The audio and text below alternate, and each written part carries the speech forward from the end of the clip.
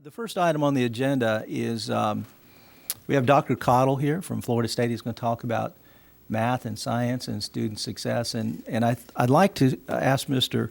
Townsend just to give us a quick overview of what to expect. Thanks, everybody. We actually have Dr. Paul Cottle, Yale PhD in physics and outstanding professor at Florida State, who is also, I think, more importantly, a real evangelist for meaningful science and math education. He's done a lot of analysis on how the state is doing, where we could do better as a state, how individual districts are doing. And he has great insight into what kids need to be able to do when they go to college, how we need to prepare them, beyond just test scores, the things that they need to be able to do. Paul and I met on Twitter. This is the first time we've ever met in person, and we've been having sort of a dialogue now for more than a year, I would say. And we also have Adam LeMay, and I think Adam's role and Paul's role dovetail very, very well. Paul is sort of a high-level view of from the point of view of a major university of what you need to be able to do to be an engineer or a scientist. Adam is the physics teacher in residence at the University of Central Florida, and his job is to help is to help recruit science and math students at UCF to come and fill teaching vacancies at other counties. And he's had a lot of success with the counties just to our east, with Seminole and Orange, with Osceola. And I'm encouraged and would love to get him to extend that view here. To help expand our offerings. So this is kind of a two-part thing. It's an overview of math, kind of the state of math and science as a whole, and what could be, and also sort of a more practical view of how we can go about achieving some of that stuff. And I hope that this is just a start, and we develop some strong relationships moving ahead. And with that, I will turn it back over to the chair. Yes. Ms. Fortney? I just noticed that our representative for Girl Scouts of America is here, and Billy had mentioned maybe she would want to go first because I don't believe her presentation would be as long. Is that okay? Yeah, that's fine with me, and I think it might actually also give some context as well, because I think expanding the sciences and math to girls better than we do is a priority for Girl Scouts as well. And that's why I invited her to be here. Okay, and so Ms. Fortney, would you like to just give us a quick overview? Do you guys have any? I'm sorry. Yeah, have any concern with that? I'm sorry, guys. Is that okay? Yeah. Dr. Cottle, you okay with being preempted a little bit here? Sorry. I think she's getting organized. Okay.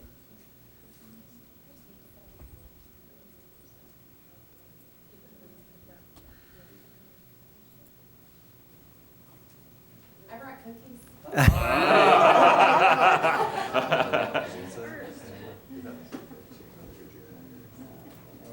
May I give you each a Yes. little Yes. Sure. looks like a close step.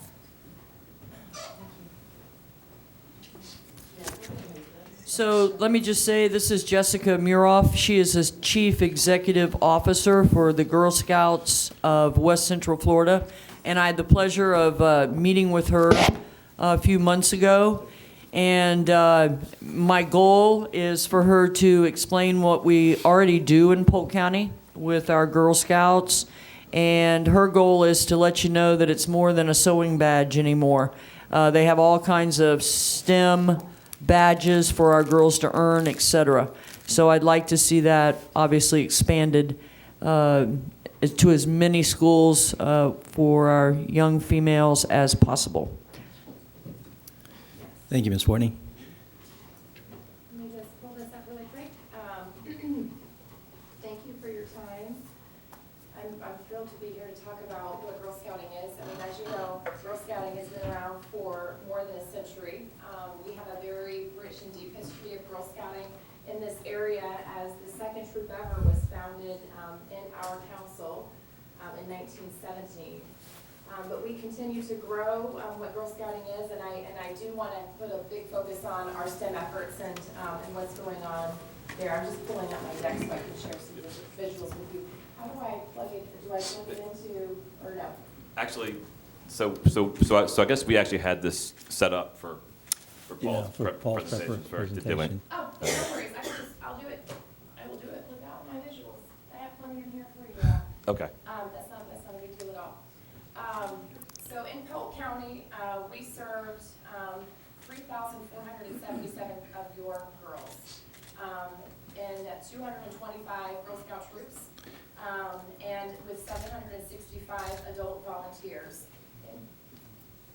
It's okay, I can just do without it. It's okay. Yeah, I'll it send might that be, to you ahead of maybe time. helpful if you were at the mic so we could, Yes. thank you.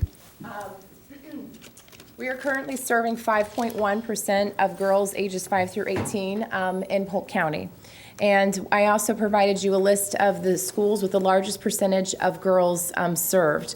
And in Girl Scouting for West Central Florida, we make a very committed effort to ensuring that we're serving all girls. So girls who are in our traditional volunteer-led troops, but as well, we establish partnerships with funders and individuals who want to make sure that every girl has a Girl Scouting opportunity. So we have a very large outreach program, especially in Polk County. And I've listed both our grant-funded outreach program as well as our traditional volunteer-led program of where we are serving girls in your school district. Last fall, we hosted Girl Scout nights at over 30 elementary schools, and we'd really like to be able to meet and reach and visit as many schools in Polk County as we possibly can. So if there are ways for us to more conveniently reach out to principals or administrators at the different schools, we would like to be sure that we do that. Behind the quick facts about Girl Scouting in Polk County, I wanted to share our outcomes with you. We do a great job of measuring the outcomes of Girl Scouting through our partnership with the United Way and the DIME data. So not only are we measuring both our outreach program for the girls that we're serving, we're also measuring the outcomes of our traditional girls as well.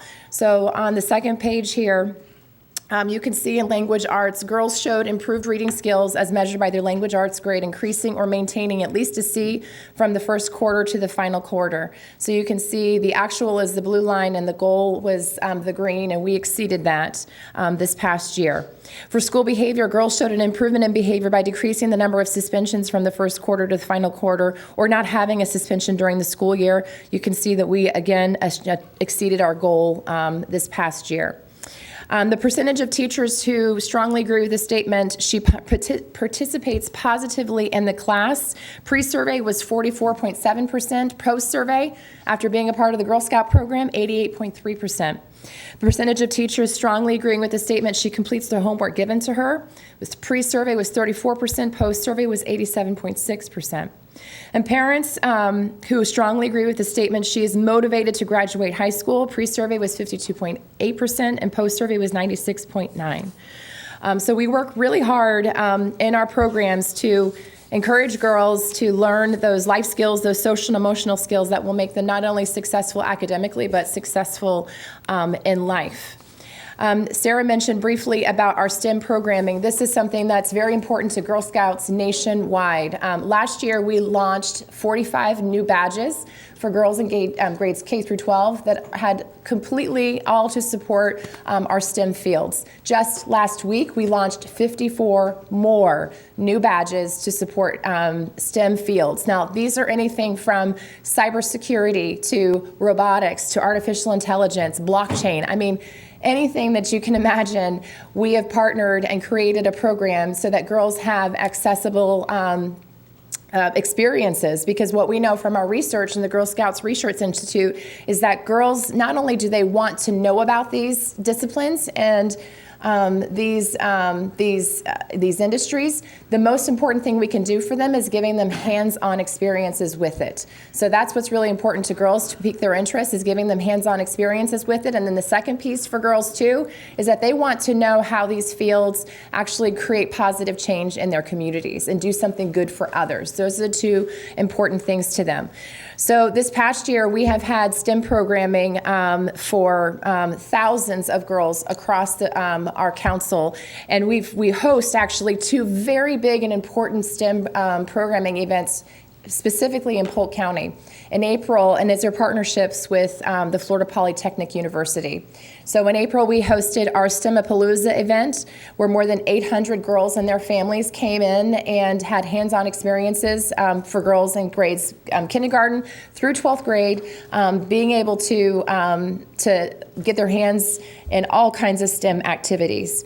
This weekend, one of the things that I am super excited about and just so happy as a leader to see a vision come to fruition is our Camp CEO program.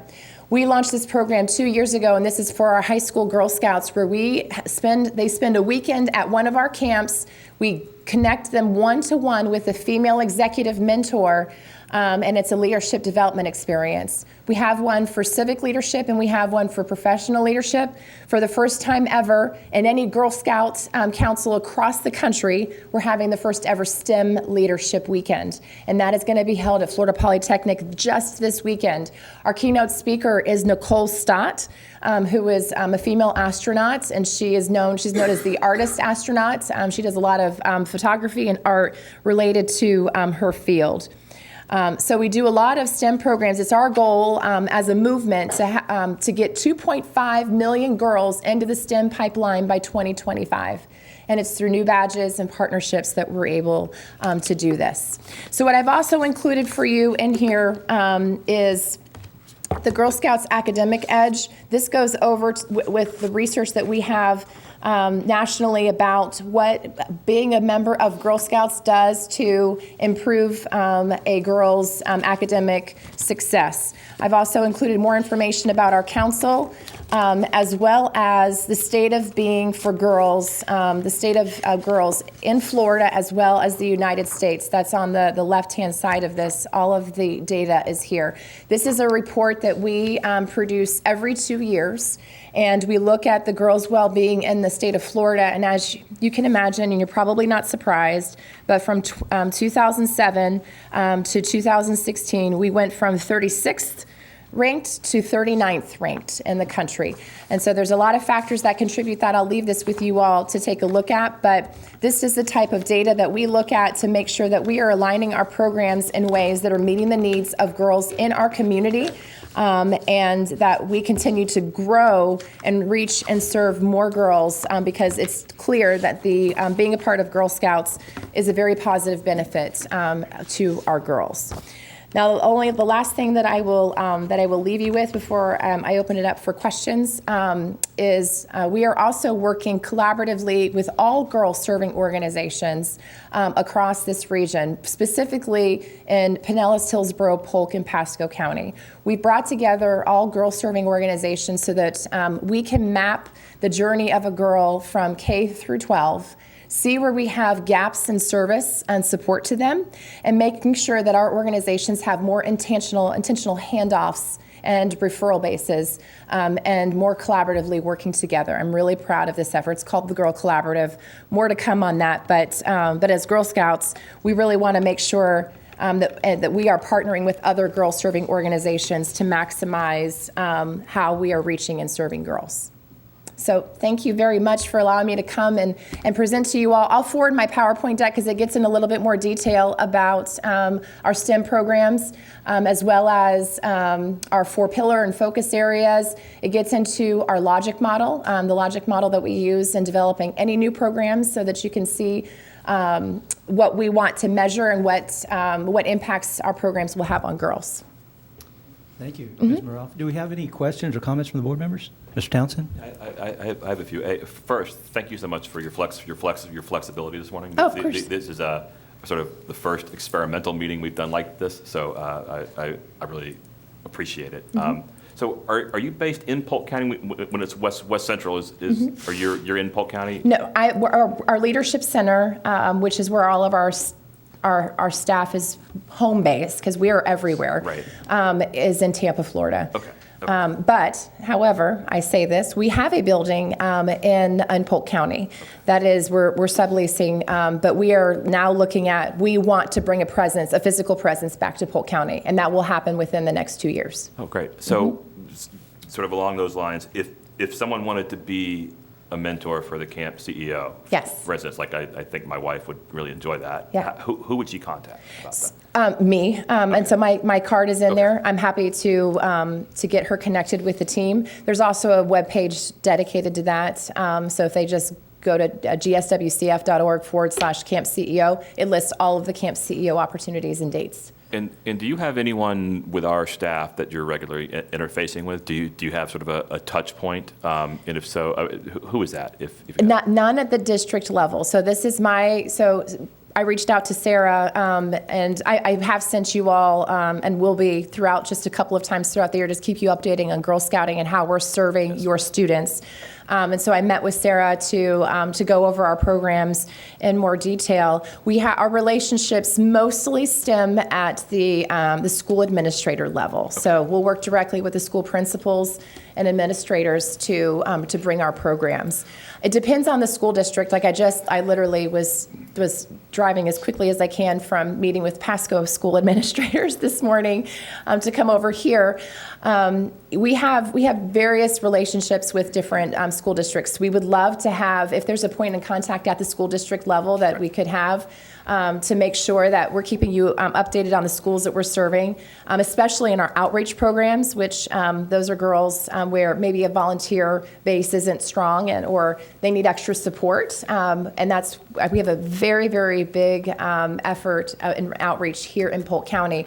Would love to have a school district level contact so that we can make sure we're serving it well. We have a pretty outstanding department of PR and of partnerships specifically. It'd be great if before you left today you got some contact info with them. I don't know if Jeanette is listening to this at all, but that she so you do think it would be helpful to have a district level sort of an overarching contact? Absolutely, yes. Okay. Yeah. I'll just walk her down. Okay.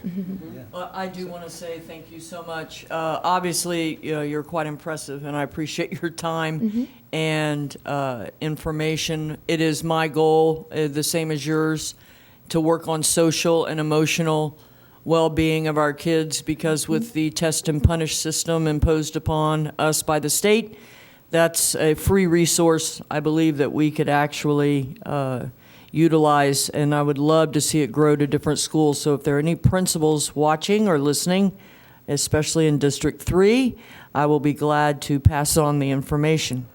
And again, I appreciate you being flexible. As Mr. Townsend said, I just knew I had to get you here, and I wish that some other folks were still here, but because, even Miss Fields and her Girls Inc. Right there, and that's on your way back to Tampa. If you go the back way, is her, right? We have a great partnership with them. Right. So, I just see nothing but positive coming from this, and I'm going to go with you out, if that's okay. Absolutely. And I'll be right back. Yes, I am. So we do have cookies that were left over from our cookie season. So I am going to leave them. I'm going to leave some packages up here for you all to enjoy. You can share them with whoever you'd like. But thank you for supporting our girls. It means a lot to us. Thank you. Thank you. I think we have one more question or comment from Ms. Cunningham. Yes, good morning. Just wanted to let you know that I know a lot of young people, young ladies that are involved in the Girl Scouts in Northeast Polk County in my area.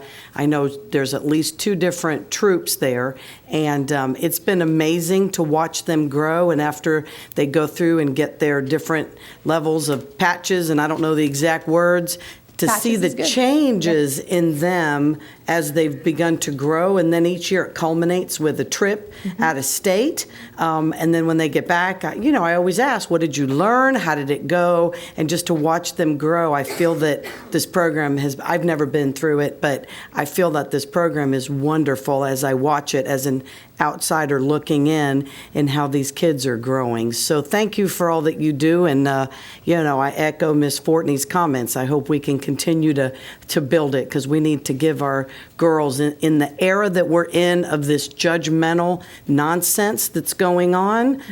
It's really great to see an organization where kids can feel like, and especially young ladies, to feel like they belong and to help them develop that confidence to move on in life. So thank you for what you do. Thank you. Any other comments or questions? Ms. Miller? I have a question, Sure. Mr. Chair. Is this being recorded so we can share it for the people that are not in attendance today? Okay, thank you. Thank you for attending. Any other questions or comments? Ms. Morrell, thank you so much Thank for you so visiting with much. us this Thank you. morning. Thank you And very I think much. Ms. Fortney's Great going to program. introduce you to some of our staff. All right, so with that, we'll invite Mr. Cottle, Dr. Cottle forward.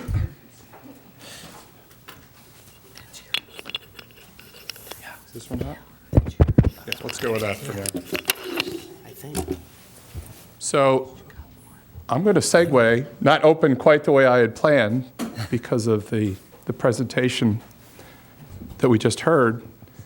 I want to tell you a little bit about the fields in which I work: engineering, the physics, computer science. Only 20% of the bachelor's degrees in those fields that we award both in Florida and around the nation are given to women. Okay? That's the magnitude of the problem. It's 2019, and still only 1 out of 5 of those degrees goes to women. Laura, you earned yours a long time ago. I teach in an environment where I get to observe and act on the interactions I see between the men and the women in my classroom. And I can tell you that sort of imbalance matters. We have to deal with it every single class period. We have to be careful that the women who are in the minority in our classroom are not ignored, are not discouraged. And that's one of the reasons we teach the way they do. And I'll show you more about that later on. It's 1 out of 5 now. Ms. Cunningham, it was 1 out of 10 when you graduated, something. It was a little higher than that.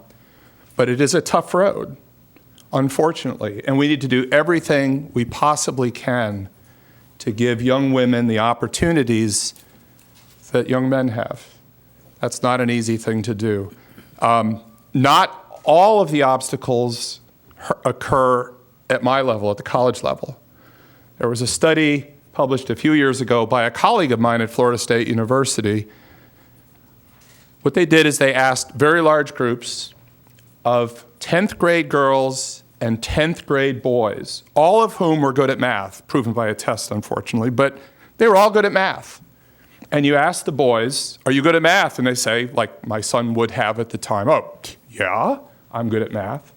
If you ask the young women, the 10th grade women, if they're good at math, they say no.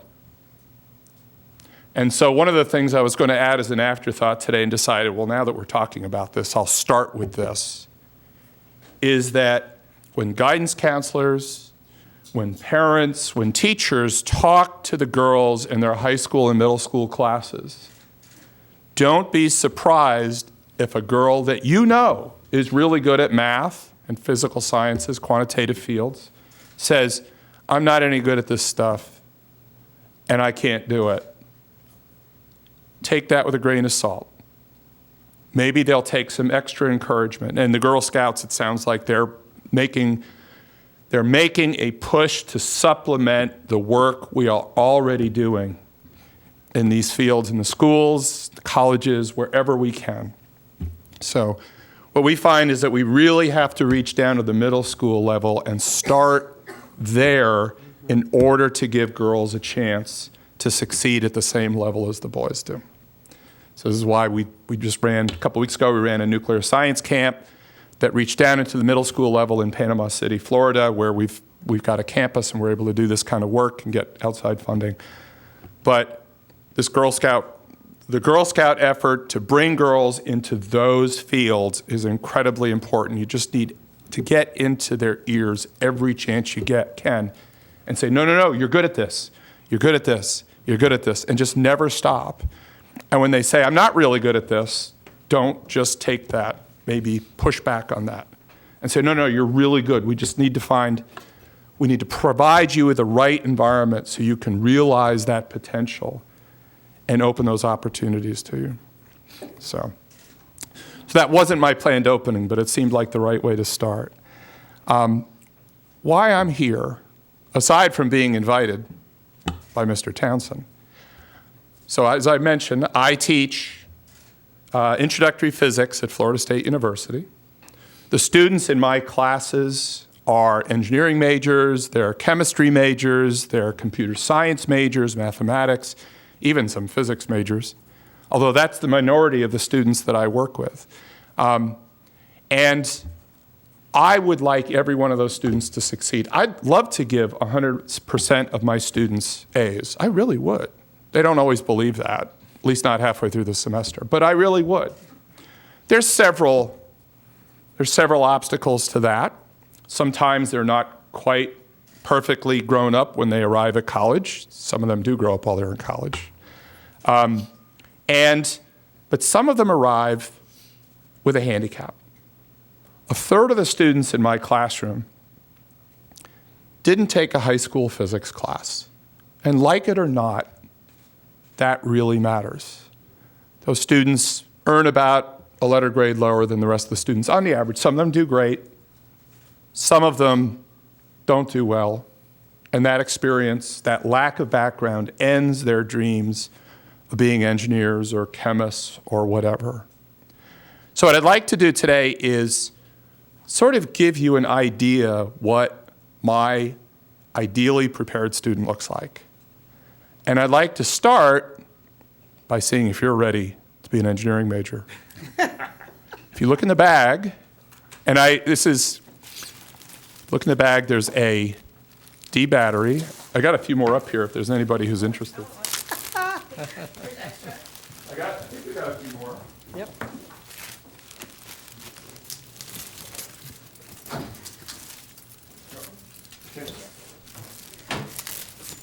I got one more. All right. Adam's student. So because you are Adam the LeMay student, you're going to nail this, right? Adam, Right. This is pressure's on. So we're having way too much fun. This can't be a school board meeting, right? So I tell my students, we're having fun. This can't possibly be a physics class. So, all right. So in that bag, you've got a D battery and a little light bulb. It's an incandescent bulb, by the way. You have to work hard to find those. That's why I need to bring them back to FSU when I'm done. And then there's a piece of aluminum foil. Yes. Your job, and I'll give you 3 minutes, is to light the bulb. The bulb, foil, and a battery.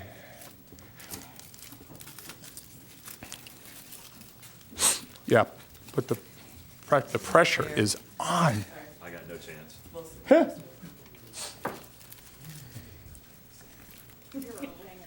For us public relations majors. Copy Lori.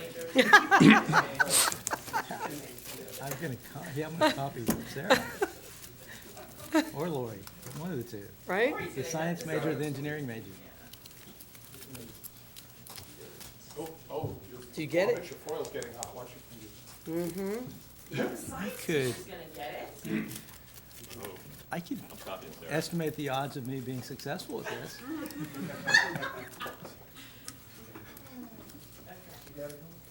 Adam, does your student have one? It works? Bring her up. Show her. You need to show the board members how to do this. Come on up. I would have pointed out she's not just Adam's student. That is a Polk County teacher. That too, currently. yes. But she is also Adam's student. Who got it? Sarah. Sarah got it. Okay. Get it? Go ahead. You just Just a little piece. Yeah. one-on-one. That's how we do it, right? Yep. Top and bottom. Yeah. And then it should light. Yep. It just, You have to complete the circuit. circuit, The foil right. getting warm? So yeah, we both did that, but it's not, It's not lighting. it's just not. Yep, yep. Oh. Huh. So, I tried every, I smell something burning. See? I said no fire. I'm probably too thick. I probably should have used a smaller. It shouldn't matter. Yeah, I'm not, yeah, we'll go hot with this one Yeah. instead of the other one? Okay. Like, I can feel it. It's muted back there. I can't feel, I Okay. can feel the warmth, I think I but have a dead battery. you can feel the warmth, but I'm just not getting the light. I'm pretty sure I have a dead Oh. battery. Did you use your hand?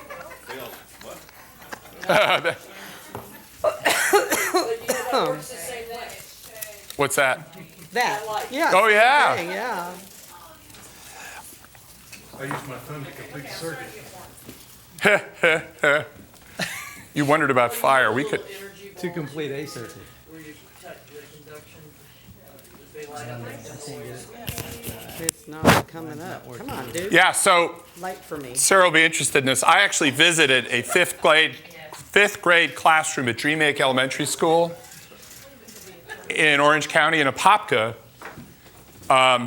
last fall, where every fifth grader could make an electric circuit work, understood that you needed to have a continuous path between a negative terminal and a positive terminal. Every fifth grader. When I test my students at the beginning of the semester, because I do a lot of pre and post testing to evaluate our instruction, about half the students can't make the light bulb light. And almost all the electrical engineering majors can't make the light bulb light, right? That's the way it goes. And so I told the fifth grade teacher, her name is Lainey Clowers Gwynn, she's a former teacher of the year over in Orange County. I said, I want your fifth graders in my class in January. They are ready to go. We could skip everything else. So, okay, so that's all about electricity, right? But it's a simple concept that most people can't manage. Okay? Now, so how about something really scary, like quantum physics? Let's do some quantum physics. Oh, yeah. Bring it on. Is there a way to lower the lights a bit? Who's back there? There we go. All right. Now we're going to give everybody a chance to see this thing. So, if you take out those little square, the little square thing, that is a diffraction grating. And I think it's intended that the long way be horizontal. I think that's right. That's correct? Yes. Can you see the Bomber series, Sarah? Yep. You see it? So you should see, what do you see, Sarah? I see electrons jumping from energy. You level to do, but what colors do you see? What colors do you see? Purple, green, orange. I see, yes. Right? Mm-hmm. Yep. Green, Look, orange. they're just Roy G. Biv. That must Yep. be a fingerprint. Yep. Purple, green, orange. There we go. A few colors. Yes. Beautiful. So I'm going to turn this the other direction so the audience can see. Anybody need mine? Yeah, actually, I could just borrow yours for a second. Reverend Mincy, you like that? Oh, yeah. You have to look hard if you're not sure what you're looking for because, of course. Turn it where, yeah, Shall turn I it circulate? from horizontal to vertical, With and the, then you should see the the red on spectrum. top, Reverend Mincy, with the red on top. Turn it like that. There you go. But yeah, Ms. Fortney, could you tell us again what you're looking at? What I was looking at electrons moving from energy level to energy level. Like those energy levels? In a, There they are. There's the energy level diagram. I added this at the last minute, so this is, I had sent it to Susan. I added this. That's why I sent you the. Okay. And I bet there's a math teacher out there that can actually do the math for you. Yeah. That's where it started, right? Yeah, back at the end of the 19th century, physics was all figured out except for a few loose ends, which turned out to be quantum mechanics and relativity, so which is, of course, all that matters. And now we say that physics is almost done. It's 2019, but we've got this thing about we only understand 10% of the energy in the universe. So there's that. Get it? Let's see. So if you add more electrons, and you'll probably point out that I'm oversimplifying this, but that's helium. Okay. But that's how interest is. It's My former more, students are watching. there's more complexity. Oh, yeah. Wow. So that's helium. That's 2 electrons instead of 1, right? Wow. Right? Yeah, I was looking. They're all that's really seeing now. Oh, that's beautiful. Wow. You can see it now. And now if you really want to get carried away, See it? The color. I don't want you to freak out or anything here, right? Ooh, argon. Hey, what's that? Is that argon? That is neon. How many electrons in neon? Anybody know? You know. I shouldn't even let you answer the questions, right? That's not fair. I'm trying. It's beautiful. So you're not looking at anything mysterious. We understand what's going on with this. There's electrons dancing between different quantum levels in the atom. Your students can understand this stuff. We taught this to middle schoolers a few weeks ago in Panama City. They're fine with it, okay? There's my husband. This is something they should be able to do. However, I was a member of the AP Physics 2 standard setting committee. That's the committee that sets the cut scores for the second year AP Physics class. And when we piloted, when the test was piloted, almost none of the students in the pilot could answer the simplest possible questions about these things. And that was because their teachers didn't know. So that was something that needed to be worked on. Okay. Oh, now you got to pull out your glasses. Okay.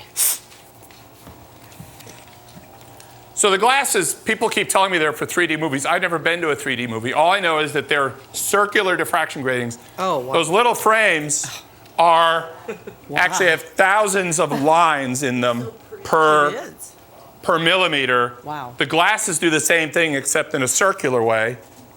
And so now what we need is good. Yeah. Beautiful. I was warned not to allow the board members to be photographed in these things, but too late. Oh, that's great. You gonna turn? Oh, yeah. Wow. Oh, that's beautiful. It's like a scene from Austin Powers. Yeah. Yes. Oh. Wow. My Evie would love that. Yes, she would. Amen. Yeah. Wow. Can't get a stick on my ears. Wow. Okay. So what I'm going to do now is I'm going to stop having fun for a few minutes. Actually, let's do this. The fluorescent lights actually give some cool discrete lines. So you can take a look at the fluorescent lights through your glasses or through your... That's how we started. Yeah. Yeah. Oh, yeah. The can lights Yep. above you are good. Oh, the cam lights are good. Because they have elements in them that are being excited. The way we excite the atoms in these plasma lamps, by the way, is by running an electric current through them. love Electric current is electrons, right? And the electrons flowing through slam into the electrons in the atoms and kick them up into higher energy levels. And then they fall down, emit photons, and those photons are the things you see. And the reason there are discrete lines is because in quantum physics, only certain energies work. And so the transitions happen between those different energies. Okay. So we're having fun. I'm going to put off the playground balls, though, for a little while. And maybe because there's no easy way to show everybody what's going on the computer screen there. So what we'll do is I'll talk for a while, and then we'll have a conversation, and people come up and play afterwards. So now you've got to do some work, and then afterwards you can play. Dodgeball? So Yeah. yeah, well, these things, actually, these are four We're on the square same balls. Nobody But you don't have can to throw it set up for that, so we'll We'll get to that later. He already knows. I was working the room with Billy before he was knocking those things around. So let me talk about getting more students ready to be engineers or scientists or computer scientists, okay? So that my life is better and your students' lives are better. I want every four-year college student to have the option to choose engineering or physics or computer science as a major. That's my goal. What does that require? What does that require? It's really very simple. Chemistry. I still hot? Yep. Chemistry, physics, pre-calculus class, and a calculus class. And could you hold up the poster? We've actually got these posters here. It's not just me, so that's a poster produced by the marketing people at the College of Engineering for FAMU and FSU. We have a single unified College of Engineering, and they are distributing these posters. I've distributed something close to 2,000 of these. And the important thing, they say calculus and biology, chemistry, and physics. Those are the courses you need so that when you show up at FSU and decide, oh my gosh, I've got to be an electrical engineer like Mrs. Cunningham, that's what you need to do to be ready, okay? Or you could be a physicist too if you like. That's fine too. It really isn't a lot of courses. They're demanding, and they put pressure on the school district because they require you to have not just a teacher, but a teacher who's skilled at teaching those disciplines. And the number of teachers, the number of individuals who are strong in mathematics, who would make good calculus teachers, who are entering the teaching field is dropping like a rock in Florida. And that's not just true of math, but other fields as well. But if we're going to have all these kids take calculus, the number of middle school students who took Algebra 1 this year, it was up 15% over last year in the state. All those kids are on track to take a calculus course in high school. I hope there's teachers there to teach them. Amen. So, okay. So we don't think of this. People say, oh, well, I don't need a physics class because I'm not going to be a physicist. Or more to the point, parent says, my child doesn't need a physics class because she or he is not going to be a physicist. Well, wait, okay. First of all, being a physicist is like super awesome, okay? But aside from that, if you want to be an engineer, American Society for Engineering Education recommends chemistry, physics, and calculus in high school to prepare for that. Computer science, you don't think about this, right? Should I pick on the governor? This is probably not, it's good being recorded, right? So, memo to educational leaders, almost all bachelor's degree programs in computer science require 2 semesters of physics. Why? Well, let's see. You've got a computer. It's an electronic device. It's built on a scientific foundation of electric circuits, right? Second, the next great industrial revolution in our nation and the world is going to be the commercialization of quantum computing. If you don't have a strong physics background, you'll have no idea what's going on in quantum computing. And you really need to be an engineer or a physicist at this point to be contributing to that push. Medical school. I just want to be a physician. I don't need physics. Yeah, you do. It takes 2 semesters of physics and a lot of upper-level math to qualify for medical school. Okay?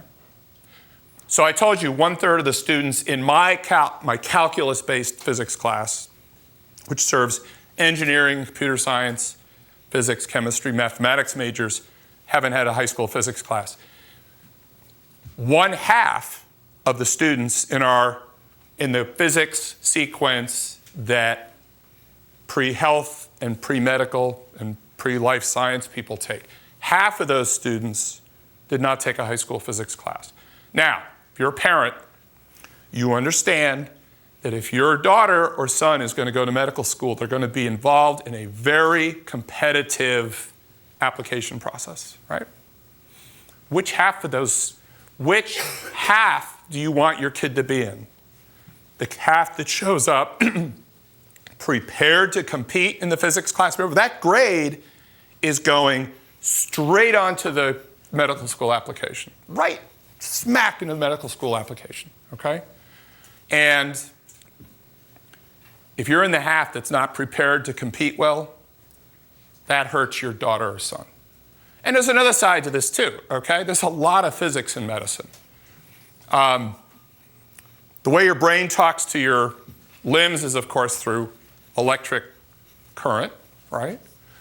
When we had our nuclear camp in Panama City a few weeks ago, we spent some time with a radiologist at Gulf Coast Regional Medical Center in Panama City.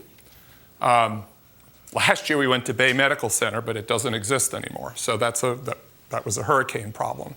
So we went over to Gulf Coast Regional Medical Center and spent an hour with a radiologist who took all kinds of questions from our students, okay?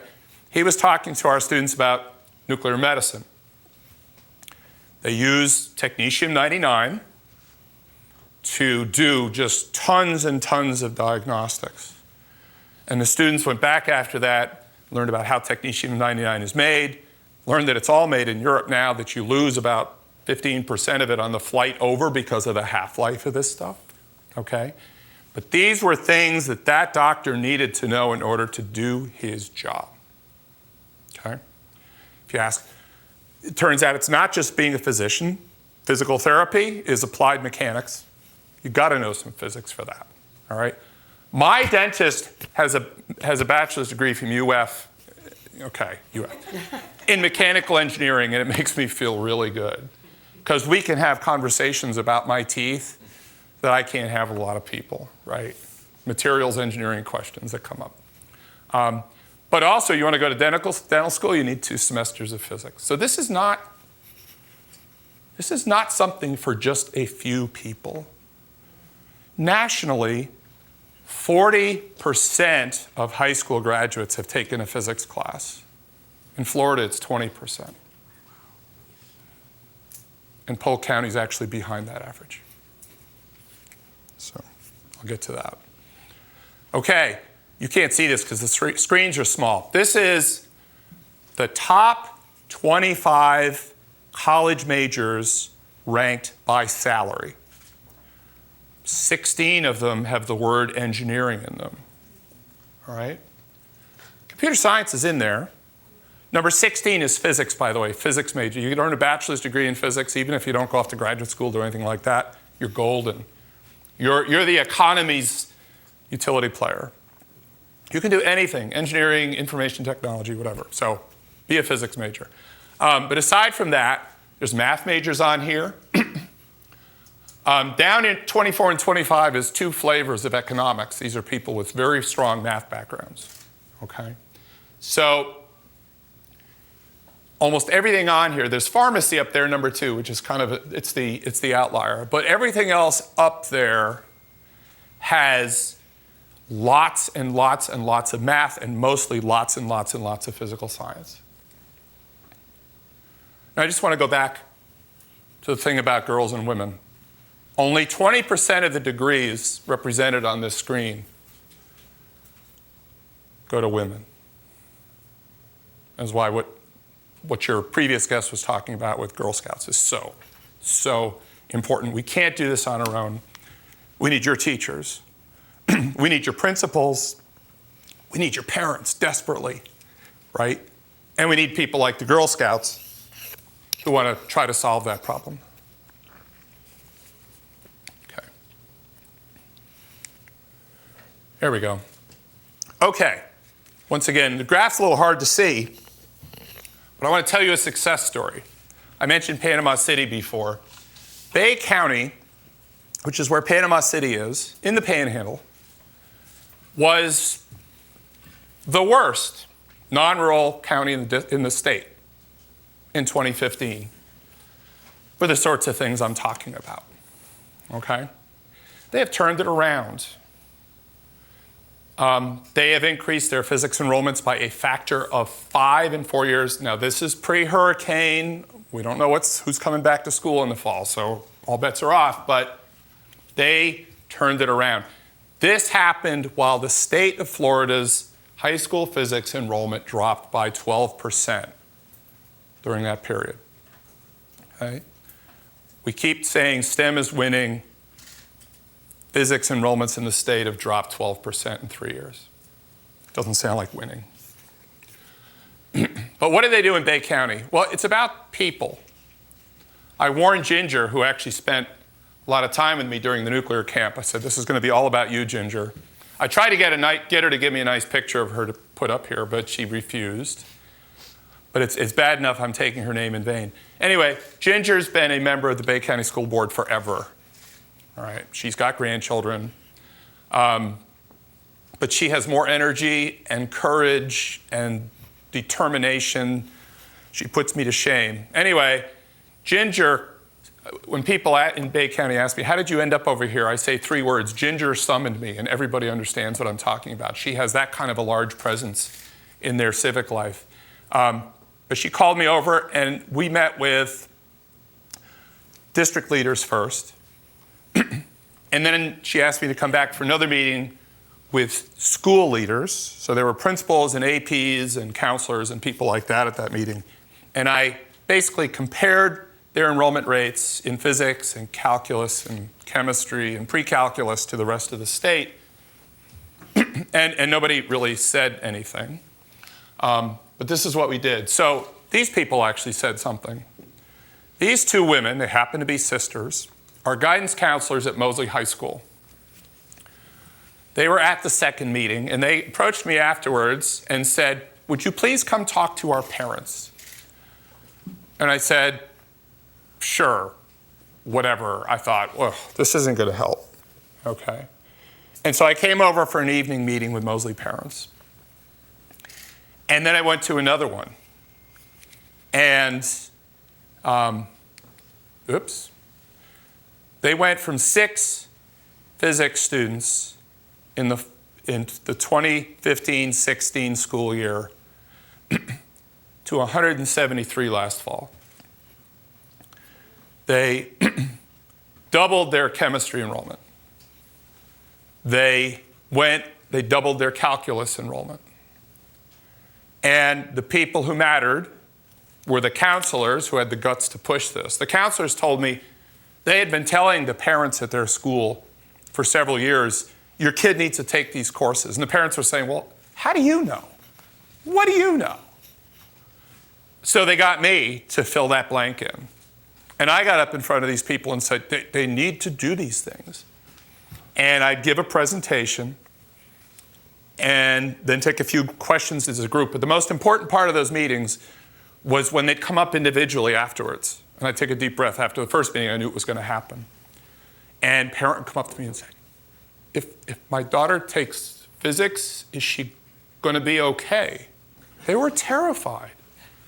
And I happen to know the teacher at Mosley. I'd known him for 20 years. And I said, yeah, Mr. King is awesome.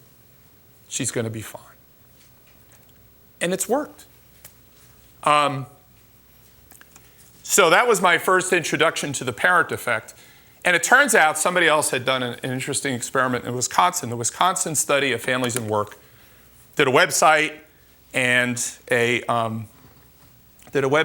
brochure, and enrollments among the children of the parents who were reached through this thing skyrocketed. And in physics and chemistry and calculus, and a number of years down the line, they went back and looked at whether those students actually changed their career plans because of that parent intervention. And it turns out they had. And the difference between the treatment group and the non-treatment group was as big as the difference between high school educated parents and college educated parents. It was an enormous difference. Parents need to know. Of course, the parent thing doesn't work unless you've got the teachers on board, the counselors on board, the principals on board, the district administration on board, and the school board members on board. You've Got to have all those pieces.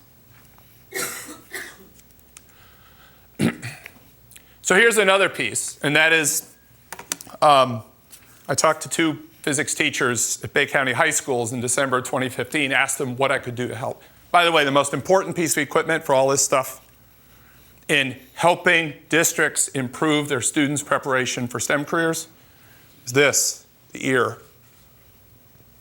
I have to listen. I learned a lot from listening to the folks in Bay County.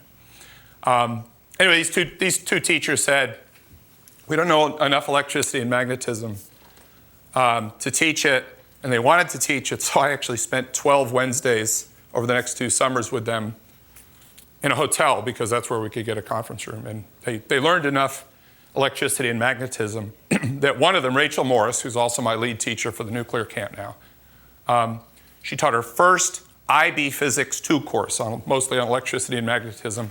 The following year, 9 of her 11 students passed the IB test. So that was a win.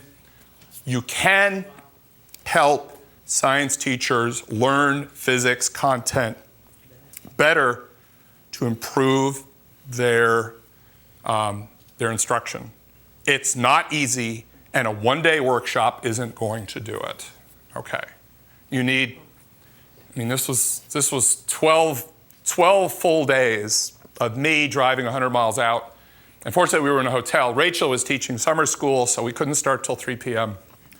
And there was no way I was going to try to drive home at 9 p.m. Central Time. So I just dropped dead into a hotel room and get up in the morning and go home. But this is what it takes. This is the intensity of effort it takes to improve physics content knowledge. And here's the other thing. Ginger thought we needed a broader, more visible effort aimed at middle school students. And we actually had something in our toolbox that we had done before. So this is something called Future Physicists of Florida. This is just an excuse to get middle school students who'd shown some level of aptitude for mathematics and science in middle school to get their parents on board with taking the right courses in high school. So Frank Fuller, who was actually a principal in Okaloosa County, came up with this idea years ago, and we've been able to use it in various places. It's not always welcome, but sometimes it works. It worked in Bay County, where it wasn't, the honor of being a future physicist of Florida was not reserved for just a few kids.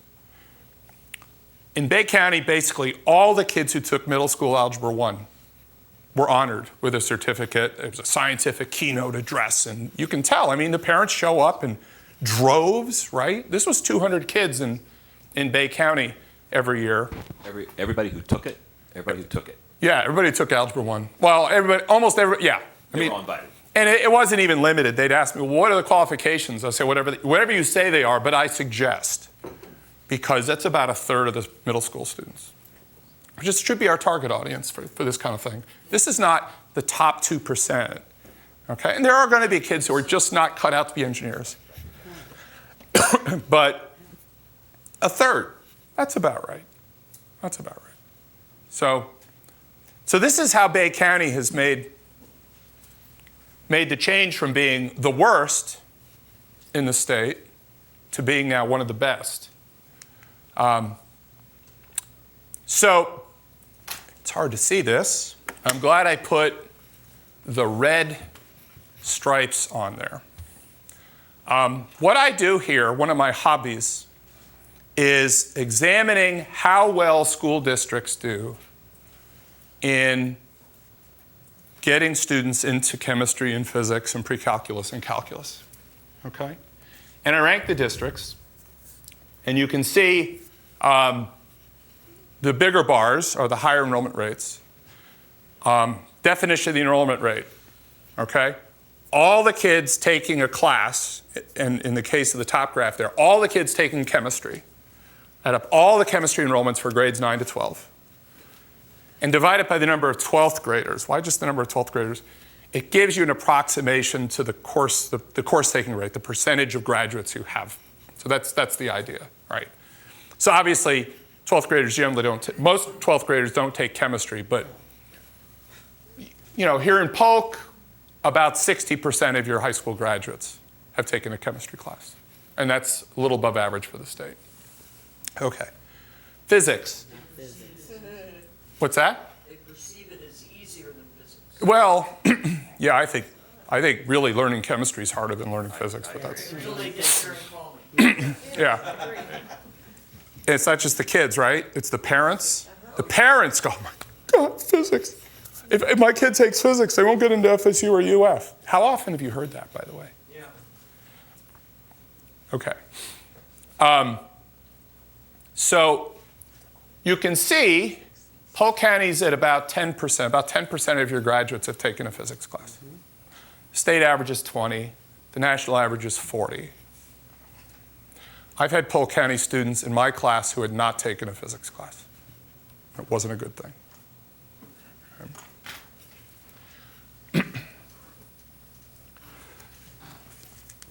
Math. Polk's kind of in the middle of the state on the rate at which students take pre-calculus and calculus. Now, I understand about demographics. Okay. But let me give you a counterexample.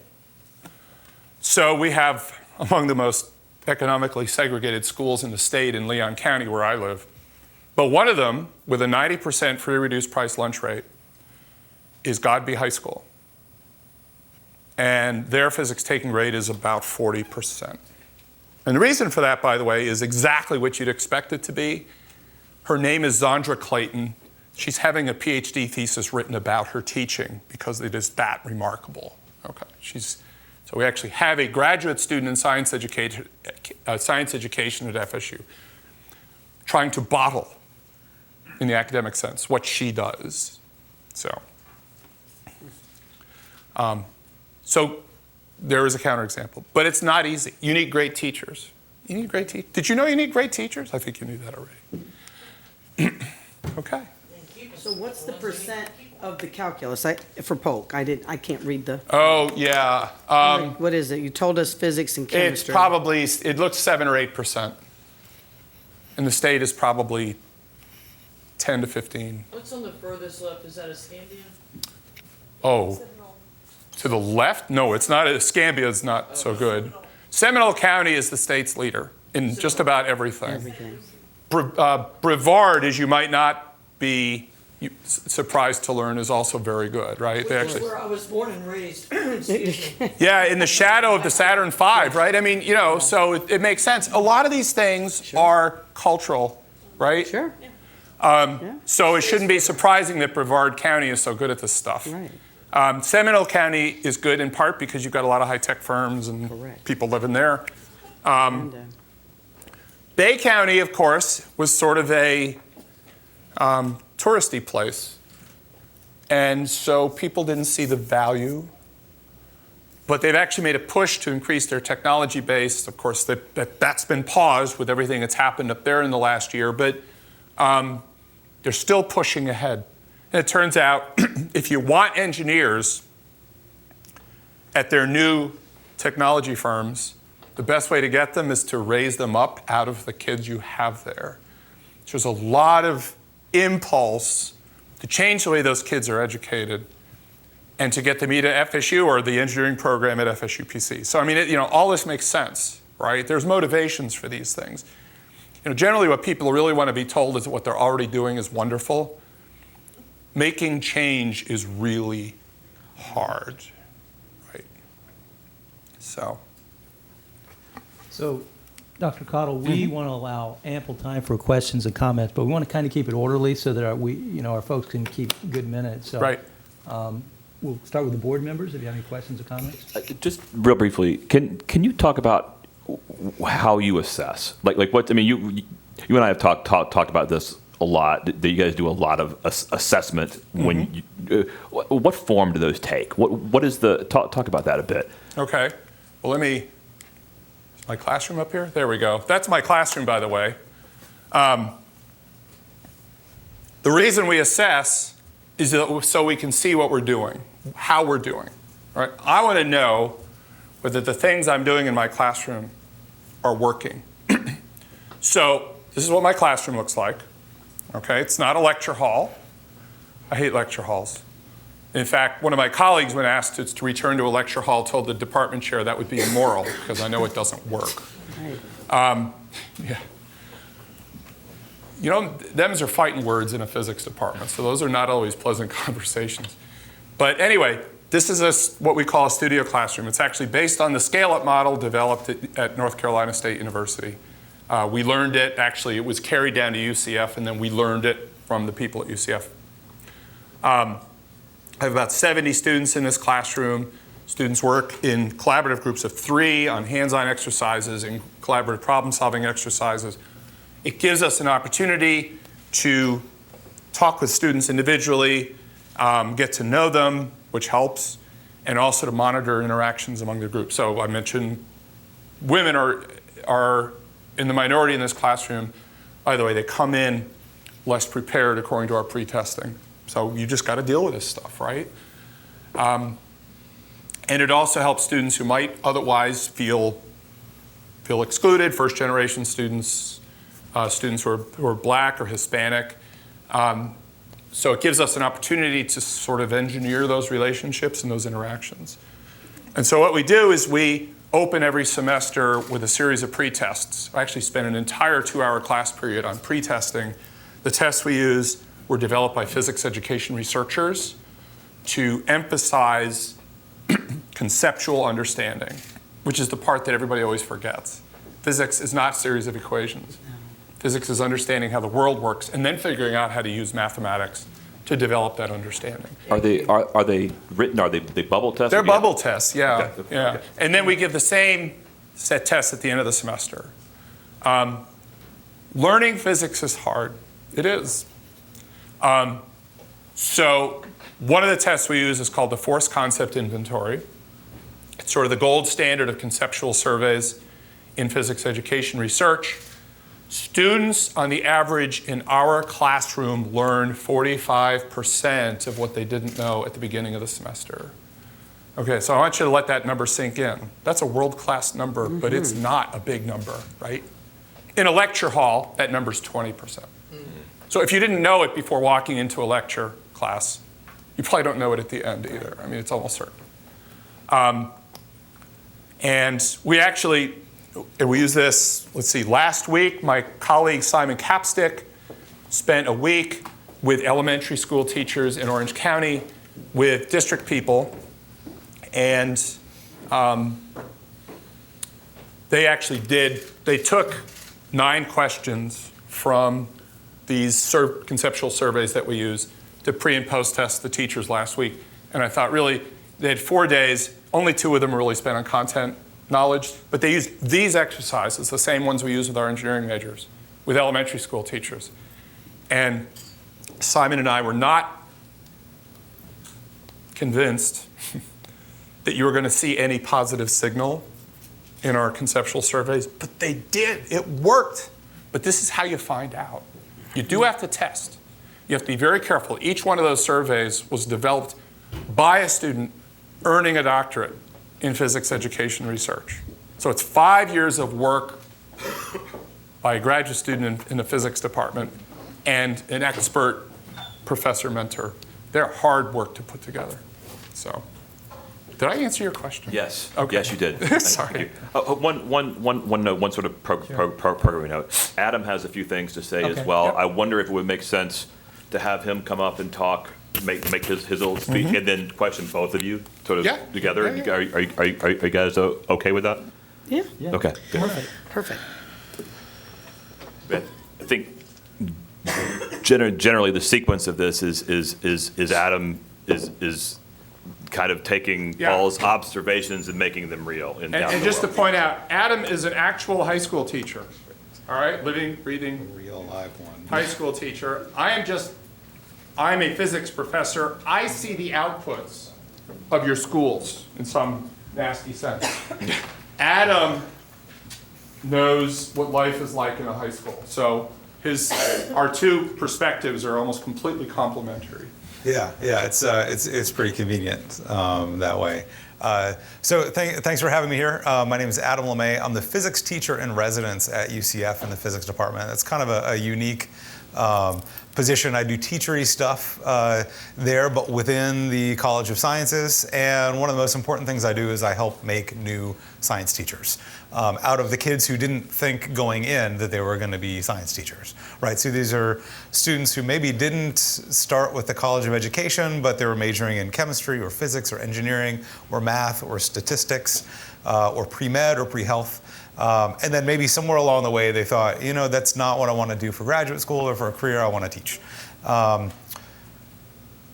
We don't get many from Polk County, right? Because in order to make it to me, they needed chemistry and physics and pre-calculus to be super successful, right?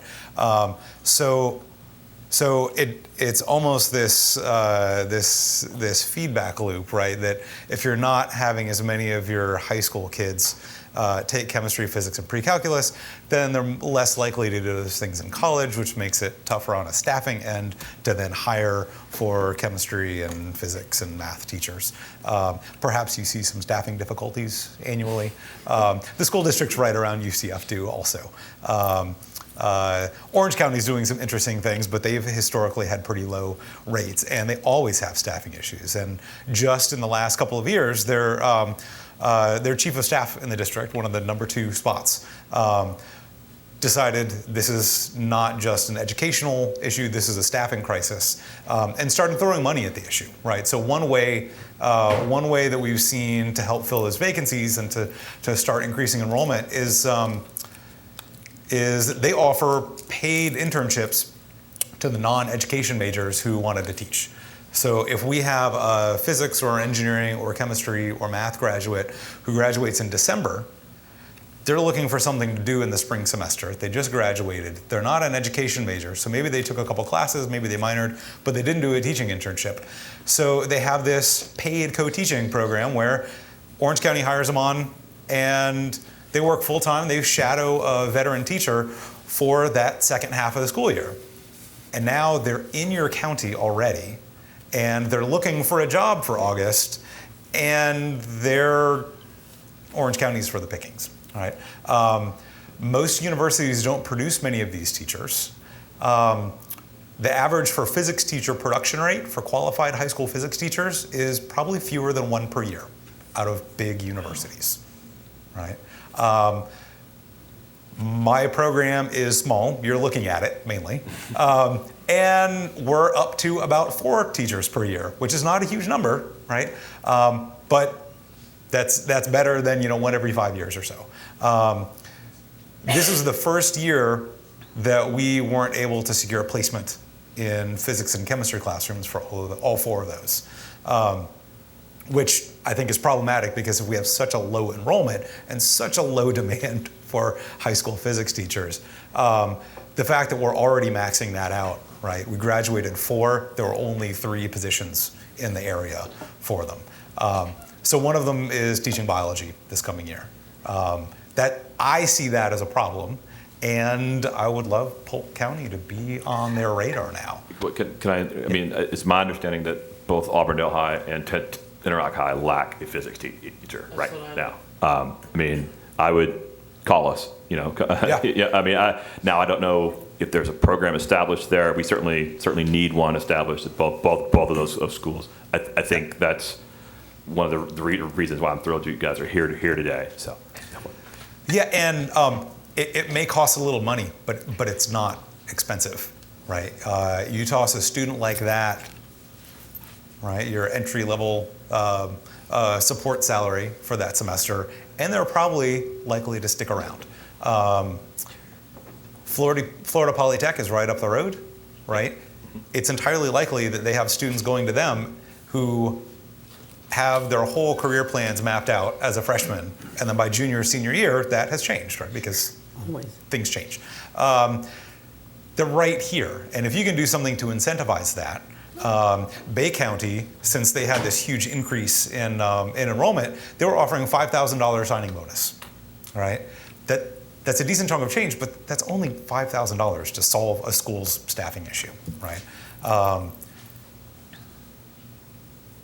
So Paul also mentioned that there's there's been a lot of study from the sciences on where does this gender and race inequity happen in our fields, all right? And for a while, we've known that only 20% of these STEM degrees from college go to women. That looks like it's pretty flat across freshman year through senior year of college, right? So I think our initial reaction was, wow, colleges are so inhospitable to non-white male students in the STEMs, right? That we're still in this 50s mentality. Turns out that number's pretty flat, right? It starts off bad. Freshman year, we see that's already down into the 20%. Senior year of high school, that's actually pretty similar. There's another study that looked at graduating seniors and what their plans are. The problem was already happening by then. On the flip side, of middle school, we prepare our middle schools with our middle school students with a pretty well-rounded curriculum. If you're either doing comprehensive science 1, 2, and 3 for middle school, or if you're doing content-specific life science, earth science, and physical science, every one of your middle school kids is getting that stuff. So the disconnect is in high school, and we've absolutely seen that is what makes the difference. So I'm here at a really big university to supply your staffing needs with these really in-demand students. Some of them kind of want to stick around where they went to college for a year or two. Our new biology teacher, right, has a significant other who is graduating next year. So that's why instead of coming all the way here to teach physics, she's staying in Orange County. But a little bit of incentive, financially or otherwise, I think can go a long way. I'll wrap up by saying that I do some other enrollment analyses, like Paul does, where I look at the percent of students enrolled in your high school biology, chemistry, and physics courses. What percent of those are women? What percent of those students are non-white, right, students of color? And you can almost separate the state out into the districts who do well and the ones who don't do well, and there's not much in between. And the districts that do well, right, Bay is on the up and up, Seminole, Brevard, right, where they kind of make that the default path, right? Welcome to high school. Biology is a state requirement for high school graduation, but we're also going to funnel you into physics and chemistry. The order doesn't make as much of a difference. The level at which those courses happen, whether it's regular honors, pre-IB, IB, AP, that makes less of a difference. But the schools and districts that make that more of a default route have great diversity, right? They're not losing girls disproportionately. They're not losing students of color disproportionately. The schools and districts that have low enrollment, because that's not kind of the default place to go, they also see pretty severe declines, right? So in Polk County, for instance, about half of your biology students are girls, which makes sense, right? Because about half of your high school student population are girls. By the time they get to chemistry, that's only about 40%, right? So you're losing 10 percentage points. So that is, your enrollment decline on the way to physics isn't even across the board, right? You're losing more girls than you are boys when you're offering fewer sections of physics than chemistry than biology. We see the same thing with students of color, right? You start off around 60% Black and Hispanic in biology, and by the time you get to physics, that's under 40%, right? So that's a significant loss. And there are lots and lots of ways to make that happen. Or make improvements upon that. That's one of the things that I help our nearer to UCF school districts do. Everything from what does that course need to look like, all the way up to what are the school and district level sort of procedural and policy changes to make that happen. It doesn't have to cost extra money. It's just a matter of feeling like that's something worth doing, right? If you think that's a problem. Not all of your kids are going to be STEM majors, right? That's okay, but a 15-year-old apologies to any 15-year-olds that we may or may not know. They are prone to changing their minds by the time they get to 20 or 25 years old, and we want to give them that option, right? Not just the top 1 or 2% of your test scoring kids, but the broad middle as well. These courses of chemistry and physics can be taught at a range of levels. Your kids who are planning on going to tech school and trade school, awesome, take chemistry and physics. The ones who are going to be history majors, fantastic, take chemistry and physics. Casey was a high school student of mine where we had very little district level support, but had a fantastic couple science teachers there that really helped us keep our act together, even though there wasn't guidance from on high.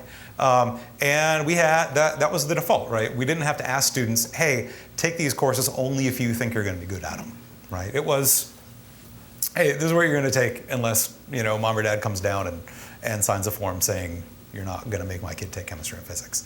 And that will solve like 90% of your problems by just making that the default. I agree. Needs to be a priority. Question. So Yeah. maybe we could open it up to questions and comments.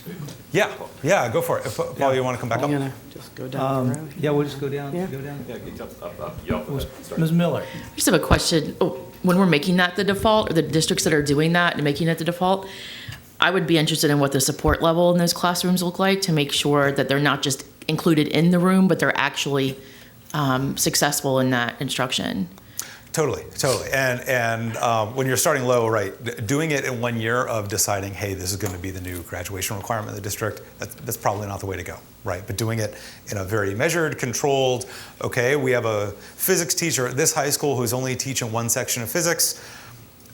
Let's max that person out next year, right? And make sure that teacher has the support to teach the best quality class that they can.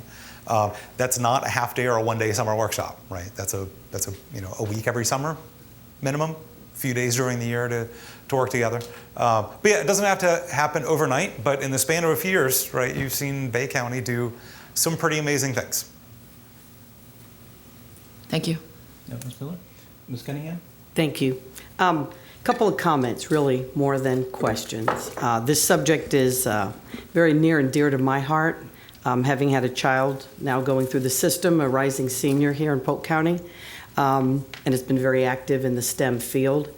Couple comments. Number one, I really feel that this initiative, and I know we're talking primarily high school here today, but I've seen where one of our schools has taken a science teacher and put that science teacher working with elementary school teachers. This is a K-8 school, and happened to be my husband, and asked him to do labs for the 5th grade students, 4th and 5th grade students, once a week to educate them on science in general.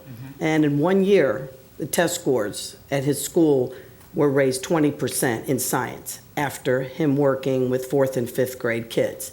And it got a lot of the girls, quite frankly, very interested in the STEM fields to continue to pursue it. So I think that's something that our district, it would be, to me, very important to provide those opportunities to students at elementary school level. And then when you continue into middle, then they go into Algebra 1 in 7th, they take geometry in 8th, and boom, we're in calculus come 9th grade. That's not everybody, but that's a path that I think we've done pretty well.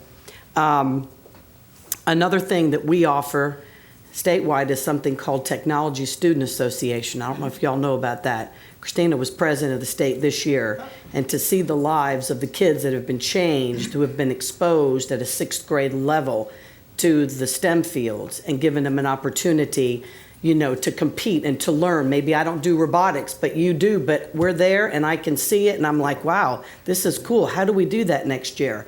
So I think the opportunity to give kids more involvement in those type of local, and state organizations where, quite frankly, a lot of those STEM students search for a place to belong because of how well they do in school, and this judgmental world in which we live. And that's the reality, and particularly for girls, let me just be honest. And I said the same thing to the lady.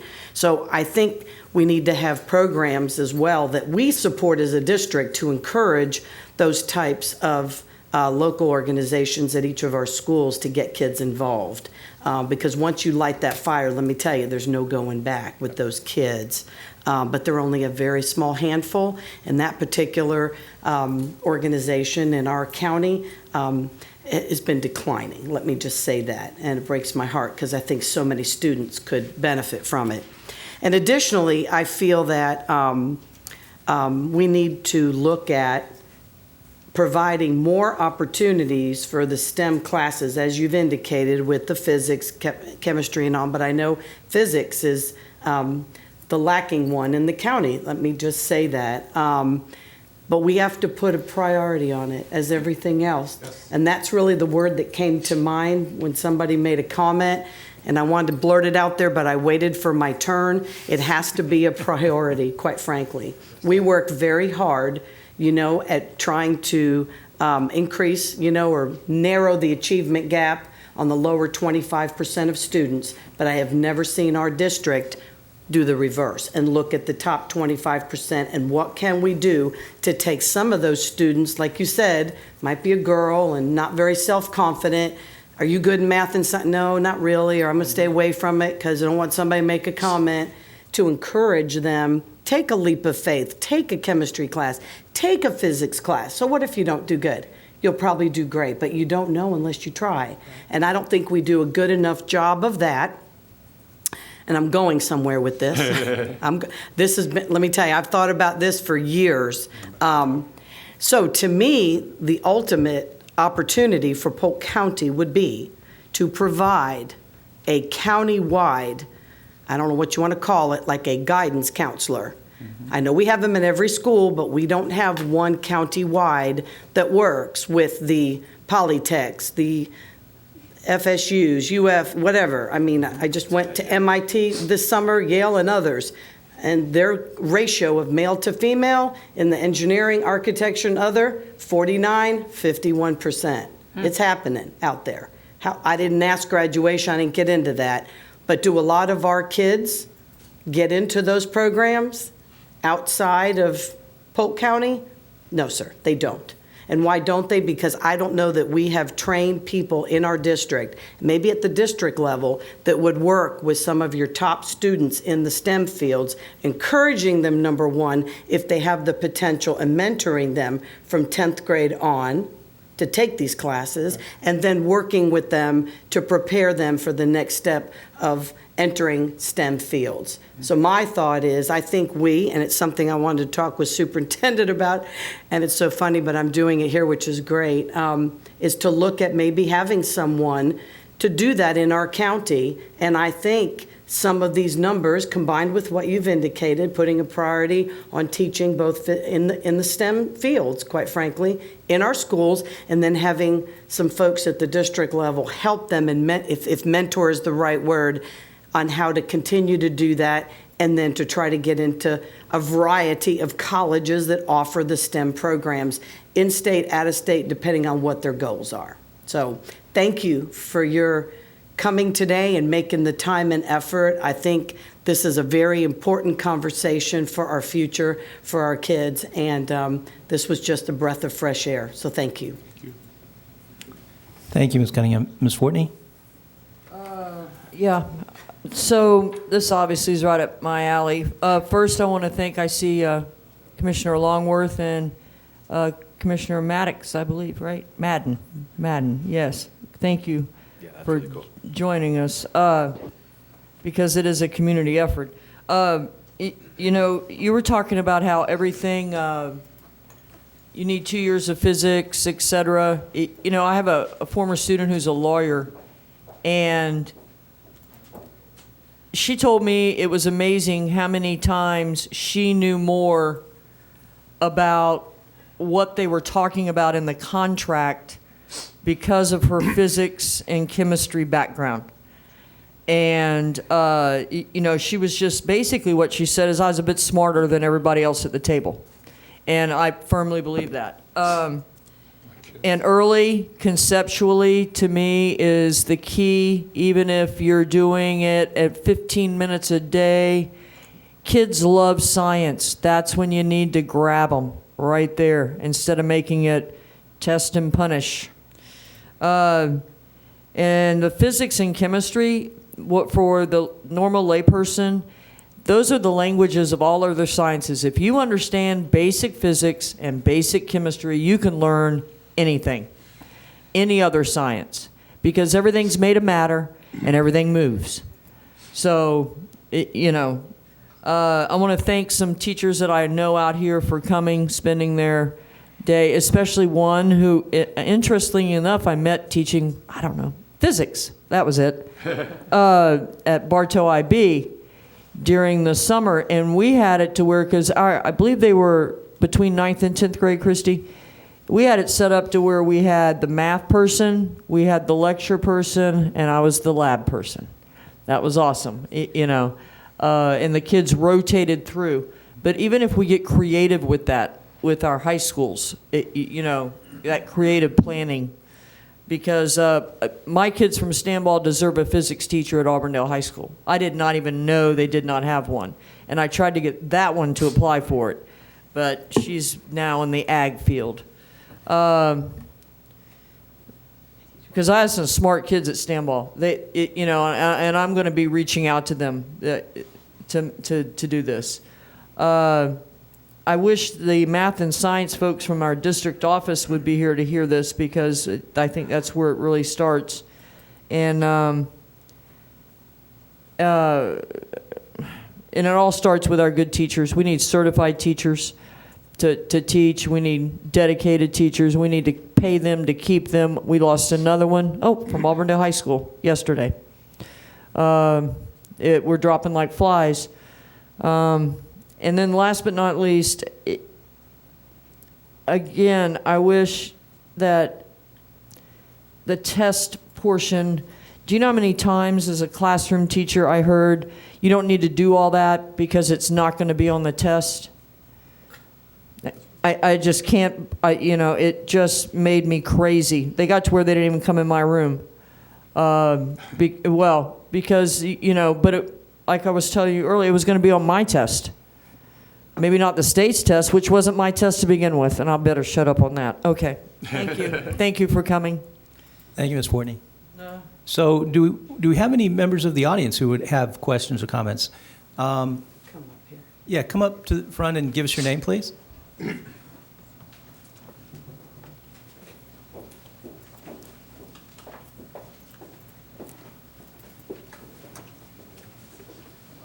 I'm Steve Abney.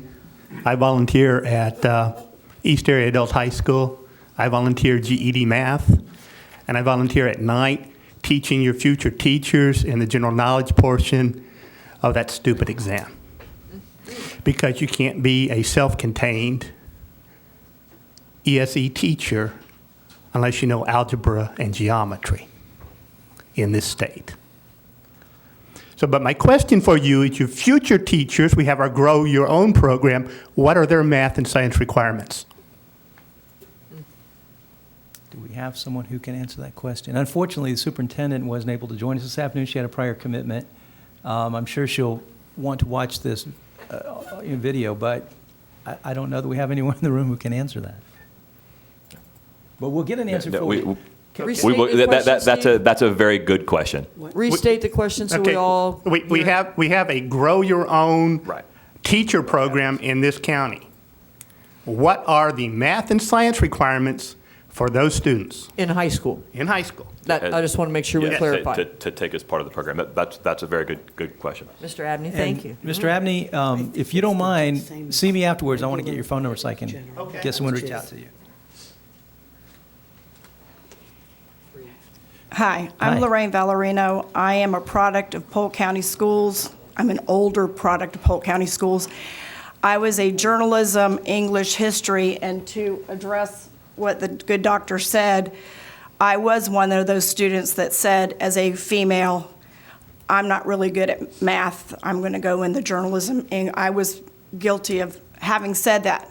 I am currently, second career, in my 13th year as an elementary math science teacher.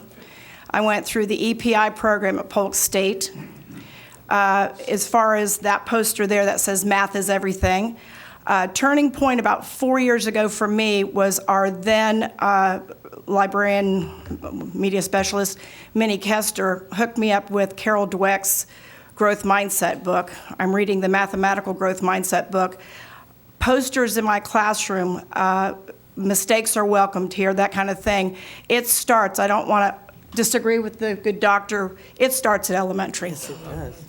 And it starts with the idea, and I'm talking pre-K. I've got a 4-year-old granddaughter who is in the Head Start program at Medela and cannot believe what is going on in that classroom and organically with science and math, and they have no fear.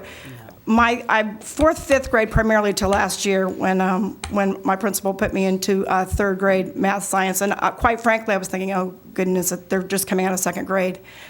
Was fabulously excited to be teaching third grade math, and with parents coming to me in parent meetings saying, you know, my daughter's not really good at math because I wasn't good at math.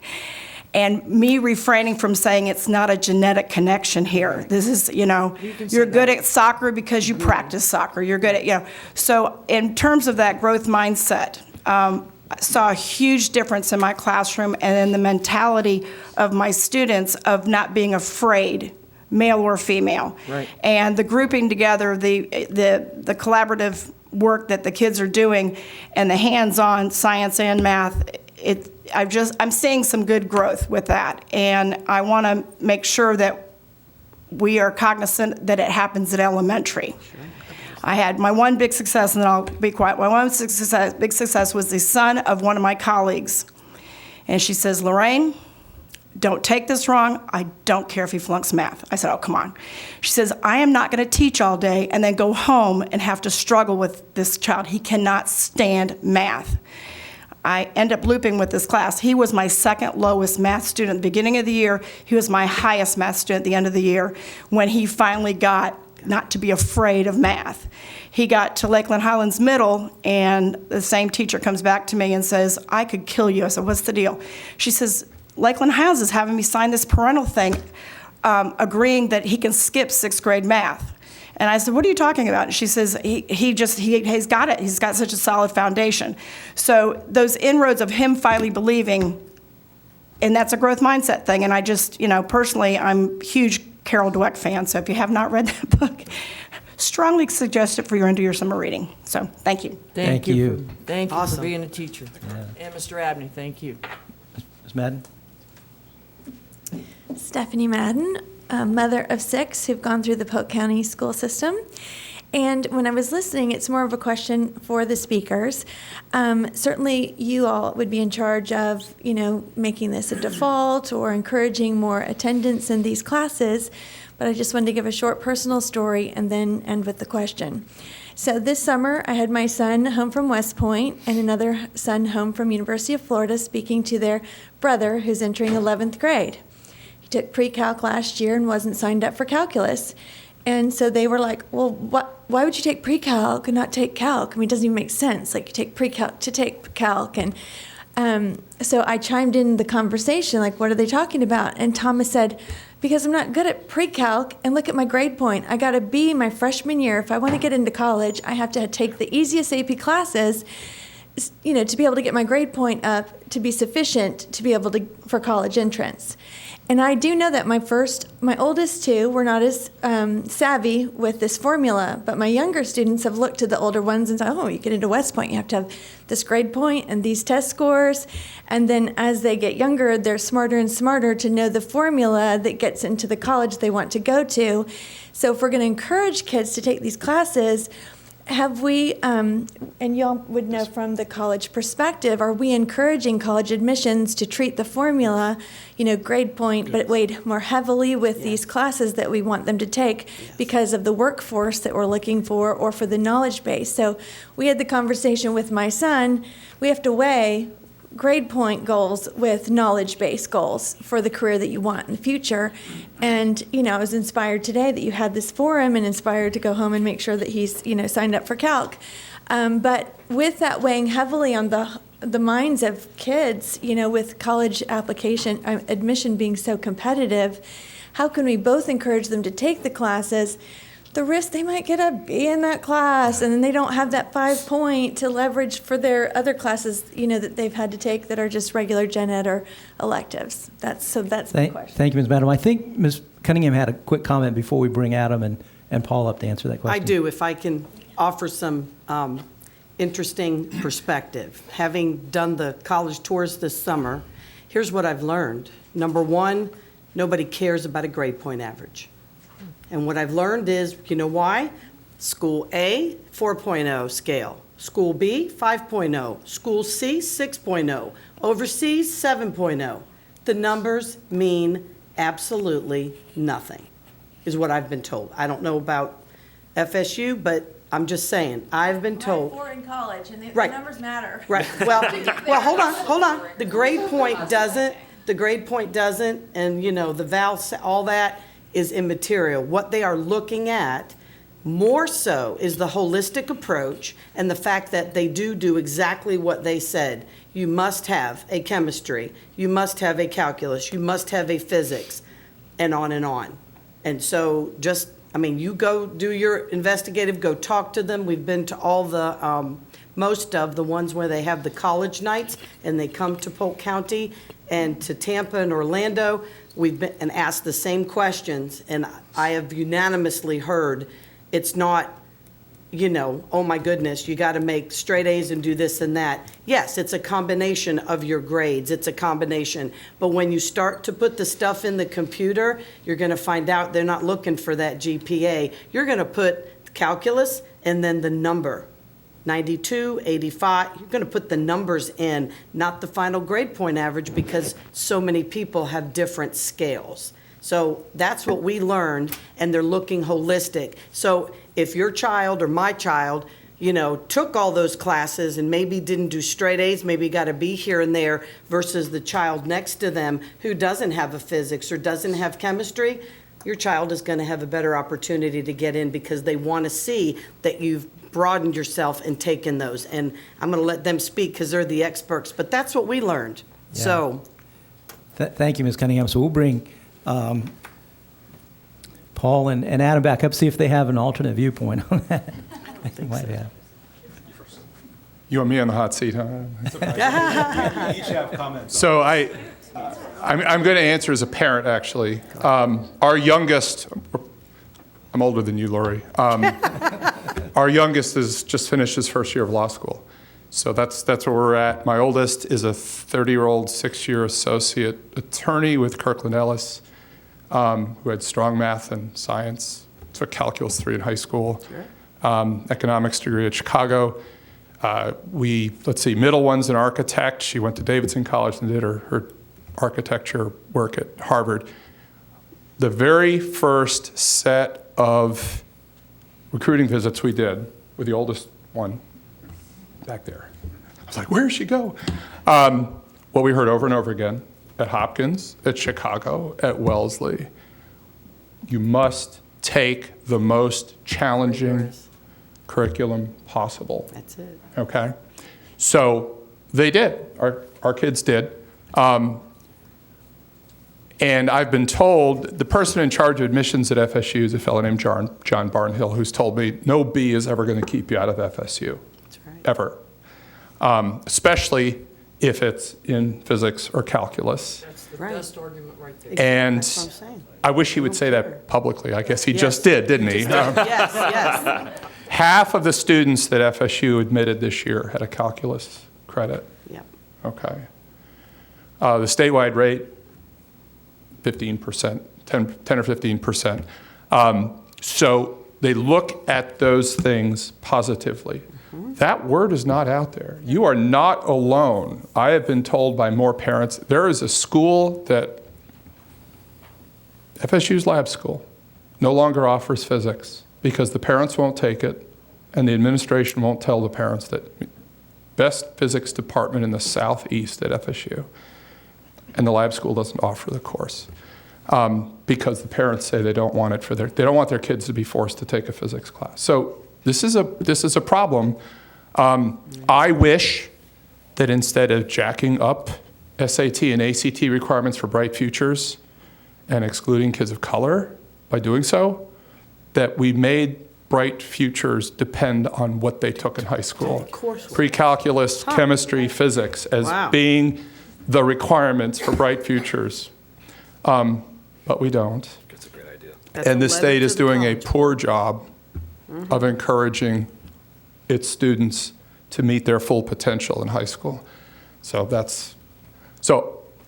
I struggle with this too, okay? And my own kids' experiences, and at West Point, every kid takes physics. Right. Yeah, I mean, right. I have ROTC students in my classes. If you are military, if you're a military officer, you're going to be an engineer. I mean, you don't have to be an engineering major, but you're going to look like an engineer by the time you're done, and that's just the way it's going to be. So I don't have a happy answer for you, but my kids were not penalized for that. Every recruiting visit, every admissions officer we talked to, and this is at the highest level schools, said, you really need to do this. That's what I said. Yeah, and they didn't need talking into it because they had their mom and dad beating on them, so that wasn't a problem. I think Metaphorically speaking. Right. Yeah, I guess we're on the air here, aren't we? So. I'll just interject. The schools and school districts in Florida that do a good job at enrolling students into chemistry and physics. What goes hand in hand with that is that they realize that these courses can be offered at a variety of levels. Right. In the physics education community, this is something that we're still working to resolve, is that there's not just one kind of physics for the top 1% of kids, and it has to look like this. There are different kinds of physics courses, so there's room, right? It doesn't all have to be AP physics. Like physical science. Right. The important thing is that they take it, right? And a full year of chemistry and a full year of physics for any kid who's going to do something beyond high school is a good target. I'm a big fan of physical science, provided that doesn't short circuit the full year of chem, full year of physics. No, I'm talking about like a 7th grade physical science or an 8th grade. That's a great prep. Right. This looks different at different places, right? So also the solution at Polk is not necessarily going to look just like the solution at Brevard or Seminole, right?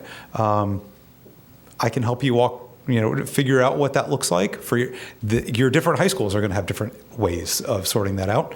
Paul's also here to help out.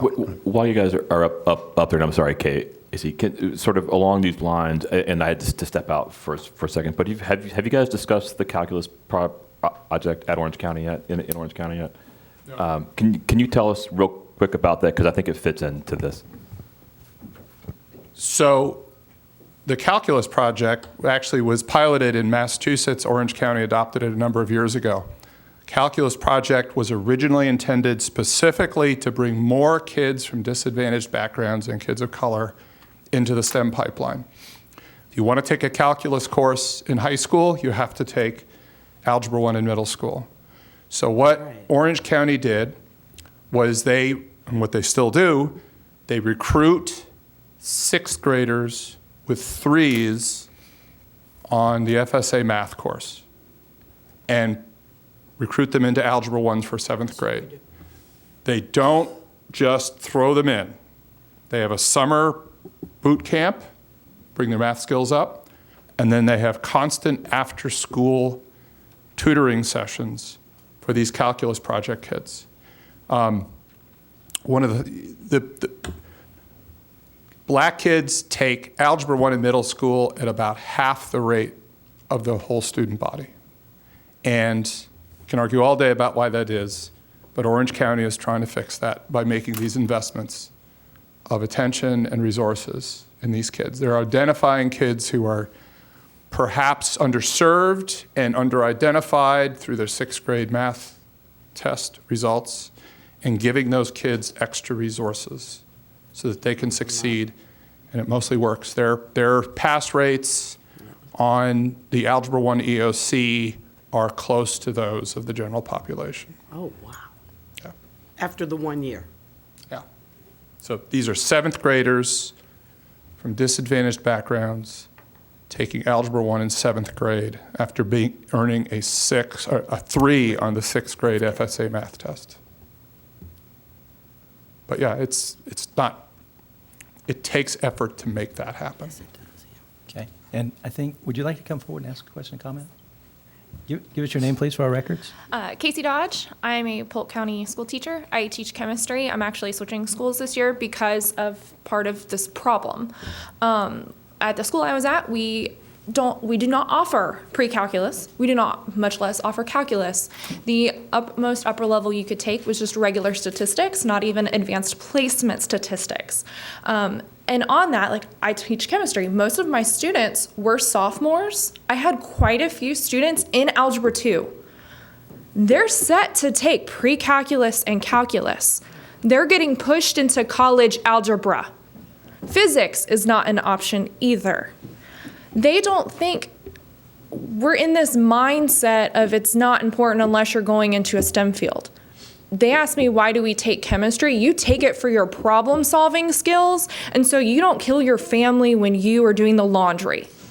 That's right. Or cleaning the bathroom. Or cleaning the bathroom, exactly. So we're in this there's just this mindset of we don't need it, so why should I take it? It is to develop your mind and your problem solving skills. I'm not saying that as I am a chemistry teacher and that is my job. I am saying this as to make them better people. The school I just left, principal cut the rest of our upper level sciences as well to be able to fill in other things. Can you identify that school, please? Tenorock. Thank you. So where are you going? Kathleen. Okay. So, yes. But in that, Kathleen. our students need to be able to then do that to get onto college. I, as a product of Adams, was able to, it was a mindset of, okay, you took biology your freshman year? Okay, you take chemistry, you take physics. You had AP physics. You were in either honors or regular before you took an AP. There was the opportunity to do so, and we're lacking the opportunity to do so because we're like, oh, let's just go push them in a student aid class period instead of giving them using a unit to provide our students with that ability, because it's not just about graduating high school, it's about being a productive person in society. Another thing on that is I've also noticed that in the fact that our students only need 3 science credits to graduate high school. And they remind me of that all the time. Oh, I'm going to be done after this year. I don't have to take science for 2. I have 2 years without science because they took it in 8th grade. Yes. And then we have that science mindset is down. And we have classes cut because oh, it's not a tested subject. It doesn't do anything. It doesn't do any good. I have students who, on their advanced placement exam for environmental science, earned 1s, but sent me a message while I was on vacation for 4th of July asking me what the impact of fireworks were on the environment. Simply asked them a question, and then they answered their own question with me prepping them with a question. I said, well, what do they create? That's what the students need. It's not just about getting the pipeline of them out. They need the upper levels. They need to be able to problem solve. So I feel like I'm just keep repeating myself. Thank you. Thank you, Ms. Dodge. Ms. Miller? I think that I appreciate you being here, and I think this has come up before. Both of the schools mentioned without these teachers are in my district. And the issue we have is equity. If I've had students approach me from your school as well as the other, asking why peers at Lakeland High School, why peers at these other schools are offered or able to take these courses. And I think the community and us as a board need to have that conversation about equity. If you're deciding these children cannot do as they come into your school because of the demographic of the school, we're doing them a disservice. And so I think we need to really look hard at that as a district, and that needs to be a conversation. So thank you for sharing today. And we don't need to just have them sitting in a classroom for study hall with it on virtual school either. Right. We should be able to have it in-house. And it does happen. If we're going to change the cycle, I mean, look at our district, look at our county, sitting between Tampa and Orlando. We're a high rural, high poverty county, and we have to change the mindset of this is all they can do. If this is the zip code, this is all they can do. The generational poverty, we're not going to change that with practices of not raising expectations. So thanks for bringing that up today. Thank you, Ms. Miller. Can I call Adam back up real quick for a question? I'm sorry, but Well, sorry, let Christy. me, before we do that, Mr. Townsend, we have some folks that had some. Oh, I'm sorry. Ms. Fortney? Well, Casey, I appreciate you coming up, and of course, I know you, and I've met with you personally, and I know you're an outstanding teacher. Kathleen High School is probably just ecstatic that you're coming there. My kids that I taught at Stanball that would have had you are probably very disappointed.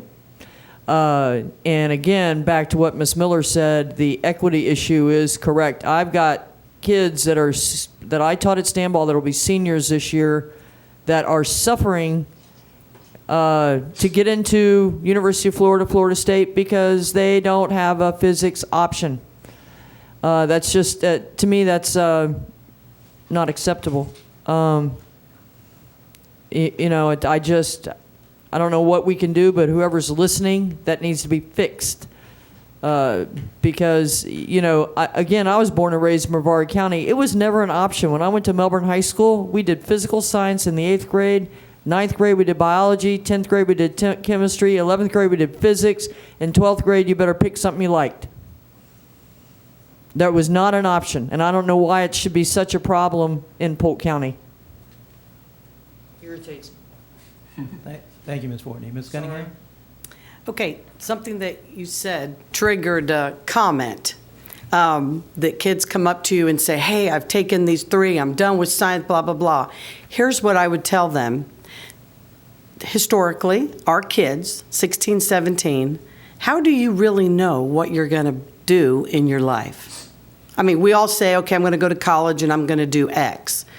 It would be interesting to see what the statistics are as to what you decide you want to be when you enter as a freshman, and what do you actually graduate with and do with your life once you're exposed to the college curricula. So my answer to that child would be, and I've had conversations with kids, and I say, you need to prepare yourself because you don't really know right now what it is you're going to end up doing. And if you, in your little, I call it your ditty bag, if you have the most rigorous courses that you can take in your high school, and you take classes that are outside your comfort zone, is how I put it, you're going to be ready. You're going to be ready for the rigor and the relevance come your college career, and then be able to pick.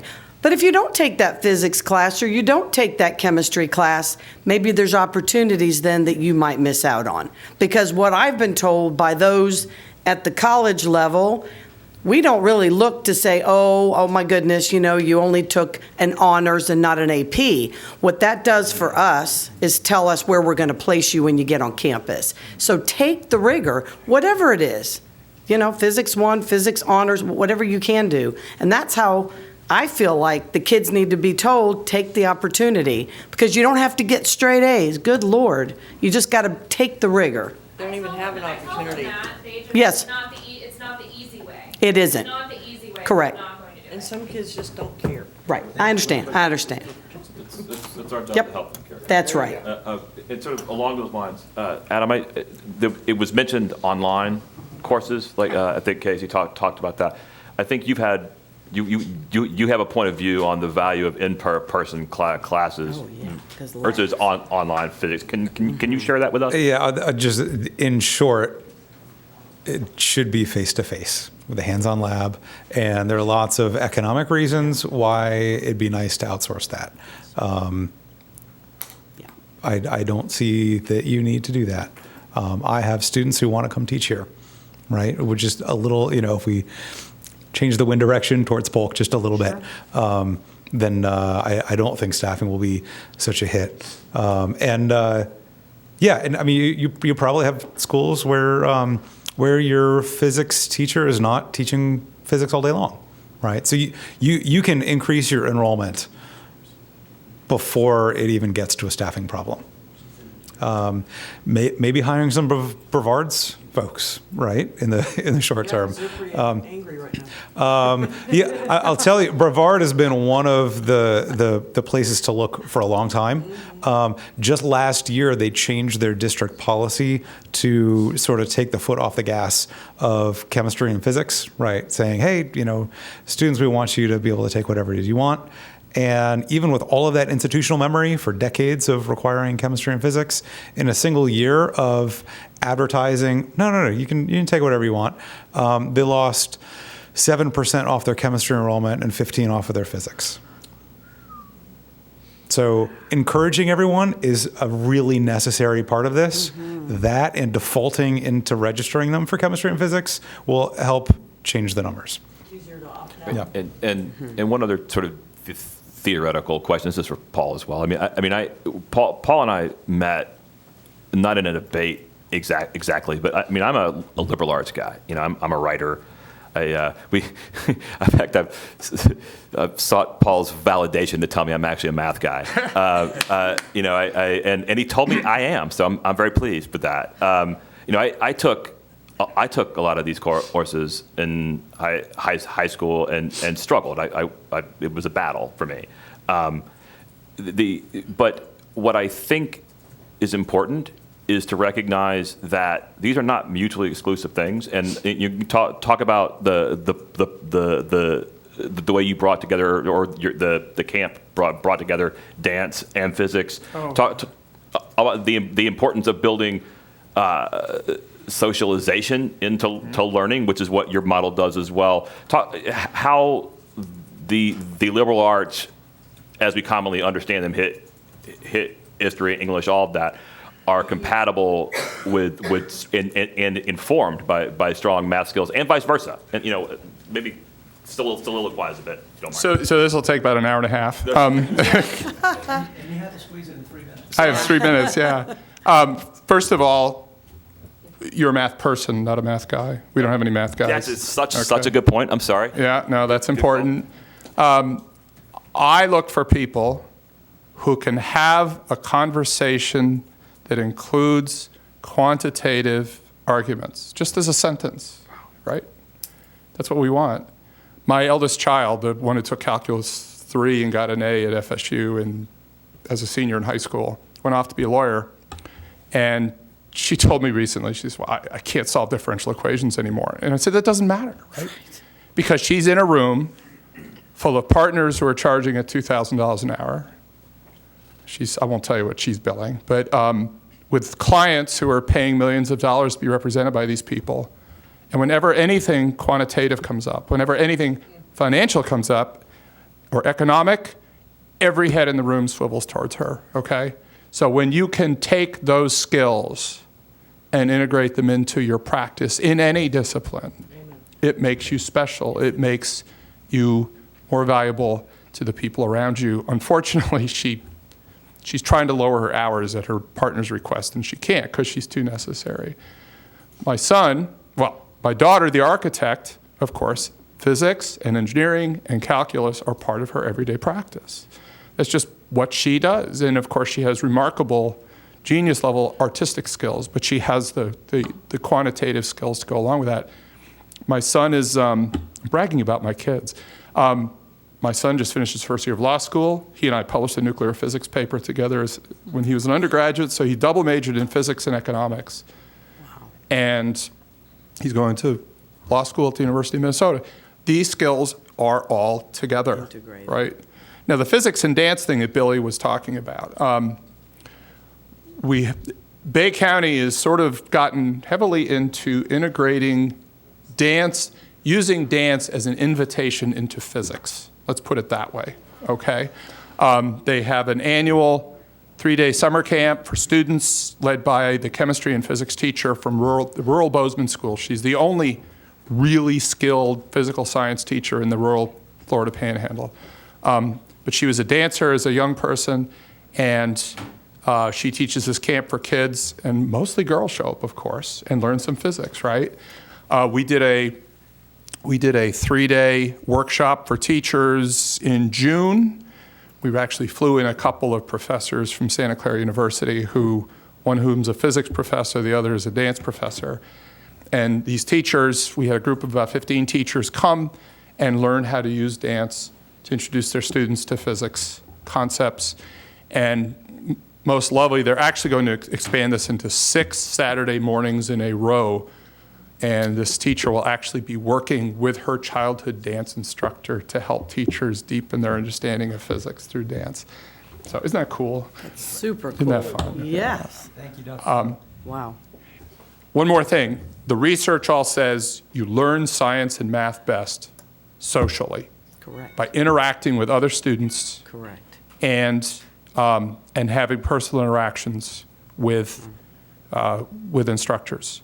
And that's that classroom I showed you before, the pictures of. That's what we do there, right? I don't lecture at them. It just doesn't do any good.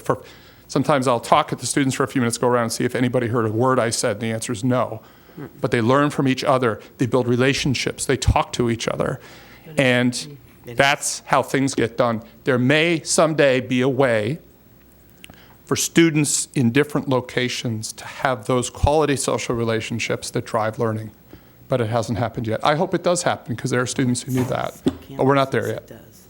Yeah. Thank you. I think we have some other folks who have waited. Yeah. Sir, would you like to come forward and ask some questions? My name's Aaron Kress. I'm a teacher at Central Florida Aerospace Academy. I taught geometry, algebra 2, pre-calc, and AP calc last year. And one of the things that we're trying to do at our school right now is build up the AP calculus and the pre-calculus programs. But one of the big pushbacks that we're getting right now is that students are wanting to take the dual enrollment college algebra classes instead of the pre-calculus classes, which eventually leads to the AP calc, because they're wanting that college credit and they know that the dual enrollment courses are typically a much easier route to get the college credit than the AP exams themselves. So I was kind of wondering, as professors, what your opinion was on that, and which would you rather have your students take? Would you rather have your students taking the college courses earlier, or would you rather have them have that exposure to the pre-calculus and the AP calculus classes instead? Thank you for being a teacher. That's a great question. Yeah. And the answer is they don't want to enroll. Bottom line. I'll beat Paul to it. College algebra is not a preparation for college. No, not ever. Okay. Nope. Nope. And it's okay if we gave high school students the option of, chocolate cake and chicken nuggets for every meal, they're going to choose that. Sure. Possibly.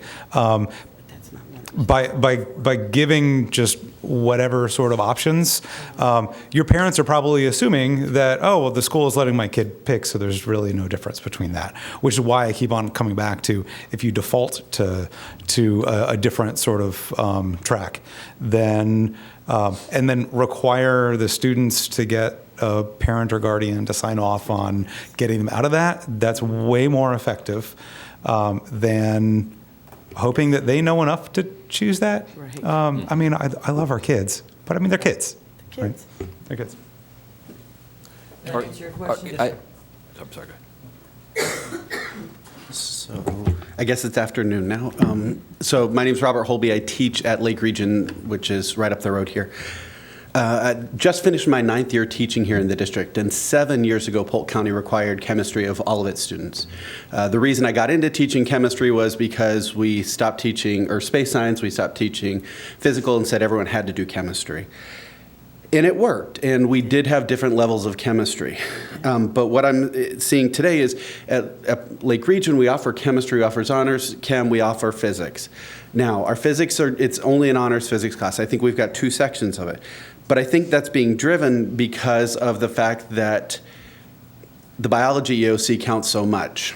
And because the biology EOC then feeds into our school grade, which we're all thrilled with the school grade, which then feeds into a district grade.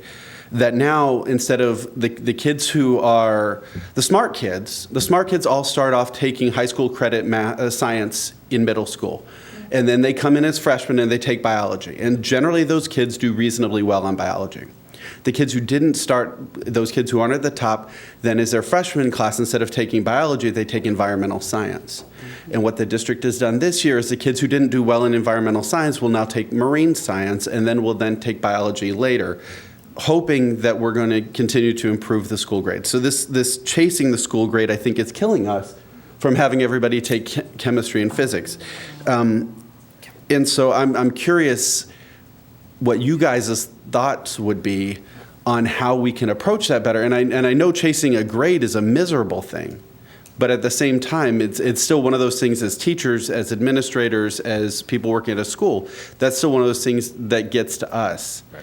And so I think that's one of our big challenges is how do we do that? And then also, right now, it seems like you've got the group of kids who we're trying to force a lot of kids into the mindset that everyone's got to go to college. And I know not everybody needs to go to college. And a lot of our academies do a good job of helping set kids up to be able to go into different fields without necessarily going to college. And I don't know that we need every student necessarily all the time to be on a particular track, for lack of a better word. But I don't know I don't know how we can balance all of this out while we're still trying to, and I apologize, but unfortunately the reality is teachers and administrators, that's still how we're graded. Right. Excuse me. I think Thank there's a you. question in there. So, Ms. Warden, would you like to respond to that? I will sure try, because I believe you taught some of my kids from Jewett at Lake Region, and I would see them at science fair, which also is another very important piece of this puzzle, but where they can actually explore ideas and things that they are interested in. But those questions, again, falls down to test and punish. And I think even in 8th grade, the high school credit class is really how we segregated our readers out, is really how it falls to it. And, which is why our really good teachers like Casey and Christy and the other ones I see out here don't say just because it's high school credit we're not doing the same labs. You can still do this. It's just different levels of, it's hard to describe. Mr. Townsend? I got what you're trying to say. If a lower level student, you're going to give more direction off for a lab. An upper level student, you're going to give more you're going to write your own directions and make your own. But what goes up must come down is the dang law you're studying, because it hasn't changed. Right. So, yeah. You scaffold it differently. Yes. Well, sorry. Differentiating teaching. But we know. The biology exam is very reading intensive. Right. And and what Orange County pursued that to such an extent, right? I mean, everyone's wrestling with this. 9th grade biology, the kids that we're afraid aren't going to pass that, we'll have them do something else that looks kind of pre-medial biology. You haven't failed the exam yet, but we're pretty sure you're gonna. And so maybe environmental science for 9th grade, right? And then take the biology exam in 10th. And Orange looked at what that did to their biology passing rate, and it didn't. It didn't change it, right? Because the 9th grade environmental science wasn't really prepping them, because it wasn't a content thing that was holding their kids back. Like y'all do? Yeah. So I'll say that adding in another course before bio to hopefully, it's costing a lot more than you think, and I doubt that there's any data to support that it's improving your bio scores. And on the larger point, I wanted to ask Mr. Kress, so your school probably gets the acceleration point for that college, for the dual enrollment class, right? So as far as the state's concerned, college algebra looks just like one of these advanced classes, right? Is that correct? I mean, I talk all the time about how school grades are fraud, and they're everybody knows where I stand on this.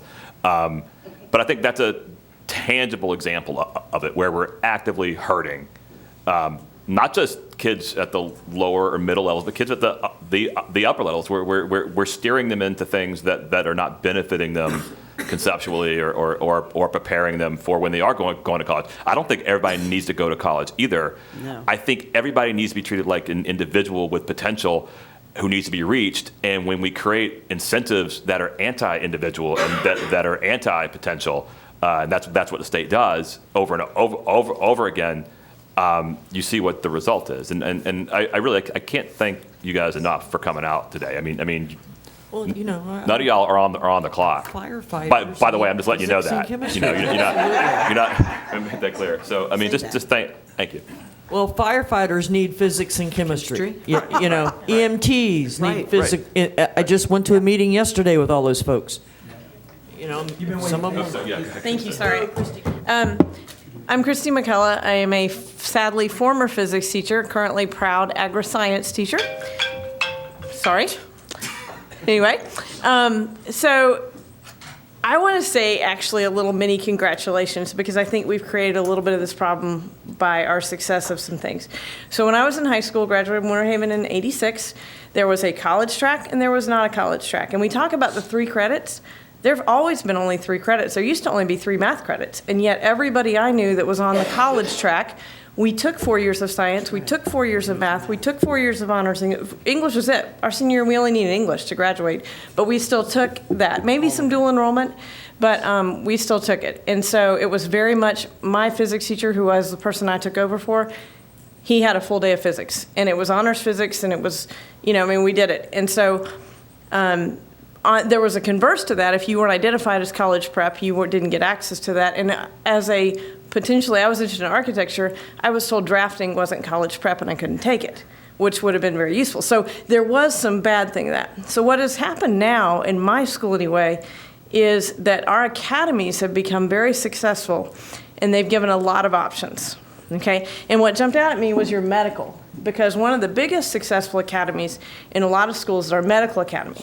Okay, and so because of that, people know they want to go into medicine, and they may not be doctors. I mean, they're just going to be nurses or whatever. They go to the medical academy to get that edge, so that from the beginning they get those medical courses. And we are lucky enough at Winter Haven to have an amazing anatomy teacher that is also an RN, and very, very strong teacher. And so they know that they should take her anatomy course if you want to go to medical school, because you'll know so much by the time you're done. So they want to go into medicine. This stuff doesn't matter, right? It's just the other sides. So they're going to take biology, they're going to take chemistry because they're going to have to take organic, but then they're not going to take physics because they're going to take more medical classes and stuff. Do they know they needed 2 years? I don't know that they do, and that's where I'm coming from, Maybe we need to because tell our guidance. Well, there's a question here. So- Sorry, go ahead. Sorry, go ahead. Go ahead. Well, I was just going to say, is a graduate of one of our medical academies who hasn't taken physics, or a graduate of one of our regular high schools who has taken physics, better positioned to go into the medical field? And I mean, I think what's the answer to that? And I picked medical on thing. We have an amazing robotics academy. There are various academies, but when the medical jumped out, because it was kind of like well, you don't need physics because you're going into medicine. No, but and yet they're you do. saying they Right, do. right. That's so yeah. Are our kids getting that message? And I'll tell you, it's our kids and our parents and our administrators, because teaching honors physics, again, when I was in high school, we didn't have a lot of options. There were maybe 4 AP classes, 5 total that you could take ever in your career. And so honors physics was considered up there with calculus. It was considered, because there really wasn't even AP because you didn't get to it till your senior year, so you didn't have time. So it was considered that level. I had an administrator my last year of teaching physics that was involved with the Cambridge program, and I had Cambridge students. Well, the reason I had Cambridge students was because they couldn't qualify for any of the Cambridge sciences. The Cambridge science teachers, which we have amazing ones, and we have a huge variety. So their senior year, they have so many choices now versus just it's your senior, your junior, next class is honors physics. I had an administrator actually tell me, I don't know why you're stressing these kids, it's just honors physics. And I had parents say that. That was my comment. I'll turn my light off. Yeah, so I have had people tell me that it's just honors physics. And I have had people on the grade point say, well, why should I spend time on this class? It just gets me a half point, because an AP Cambridge gets you a full point if you take it. So I think we've created a little bit of this lack of physics because we've given them, chemistry is important, but they're sophomores. a lot of times, and then they get all these options to go into, and they get, we didn't give our IB kids an option. Between 9th and 10th grade, they spent 24 days with us, and they did, 24 days, 7 hours a day, and they did physics. And it was, if you wanted to be in that program, you had to do it. And so, We didn't offer physics too, though, did we, Christine? well, what happened was they did biology their 9th grade year, they did physics with us, and they did chemistry a sophomore year, and then they spent 2 years in an AP level their junior, senior, whichever choose track they AP picked. biology They or could pick AP, physics, right. chemistry, or bio, but they got to pick the track. So that's why we didn't have a little thing. So there is a cultural mindset that this is going to be really hard, but it's not going to pay off because it's not worth anything because it's not AP. And so it's going to take a lot of my kids' time, and it's going to hurt their GPA, but it's not really worth the effort. And so I taught it also as a college-bound person. Day one, here is your syllabus. Each unit, pick up all your papers. They're due on this day, and I teach. And you've got to keep track of your stuff, and you've got to turn it in, much like you buy the Kinko pack and you do that type of stuff. And I was also trying to groom them for college independence, and I got a lot of pushback from the parents and stuff. Well, how can they expect to do that, and so forth. So there's also a grooming of, these are future college students that are going to probably be away from home, and so let's try to groom them that way. So that my concern is that we're saying the options, like anatomy, which is an amazing class and you should take, are equal to physics and equal to chemistry. But there's time in the schedule to take both. You know, you could take anatomy and honors physics, or you take one your junior, one your senior. There is time to take both, but we're kind of making those equal to it from the inside, having seen that. The other comment I make is that I was always told the other problem with physics is there's no time to get to the AP level. So your chemistry kids could take AP chemistry. And they would sometimes take AP chemistry instead of physics because, again, AP class. So what I always told my kids is try to get to physics as a junior and don't worry about AP physics. And I'm interested to hear you guys. Go to Polk and take physics at Polk because the AP physics exam is the lowest pass rate. At one point it was. It also takes the amount of equipment and knowledge that most of your physics teachers do not have to train the level to pass the AP exam. I mean, I'm totally with him that my EMAG knowledge is way lower than my mechanics knowledge. I'm a mechanics person all day. That lab was $80,000 down there at R2IB. Yeah, and so there may be a disconnect in the fact that it doesn't lead to an AP. Well, let's encourage the kids to go to Polk, which is free, and instead of going to get college algebra, which actually will not be a credit, it does no good to get a free credit if it's not going to count for a major. Because no majors that I know, other than maybe very basic liberal arts, count college algebra. So let's encourage the kids to take physics and get it in their junior year and have a chance to go to Polk where it's not hitting their GPA like an AP class is, and get exposed to a college-type teaching and the college-type labs and that type of thing. And if they're truly going to be the STEM major, you're going to take calc-based, right? They could go to Polk and take the trig-based, which would get the concepts down, let them get another year of math, and then by the time they get there, they totally know that what goes up comes down, and they've got new math to prove it and stuff. So that's an idea for the track. I think there's a concern even among physics teachers that we're scared of AP because we don't have the knowledge and the equipment to teach it. And so let's use it in conjunction with our great dual enrollment program to get us class that will actually get them credit and knowledge that will help them be successful. And let's use honors physics. Let's view it as a respected thing, but let's also use it as a jumping point to a legit dual enrollment class that's going to lead to a credit and future success in school. And just for the benefit of our kids going to the University of Florida or Florida State, you know how many kids there's? I'm so glad I took physics in high school before I went there. Yeah. I am so glad I took physics in high school. Yeah. Kids would tell me they've kept their notebook, and it's not the same, but it's the same concept.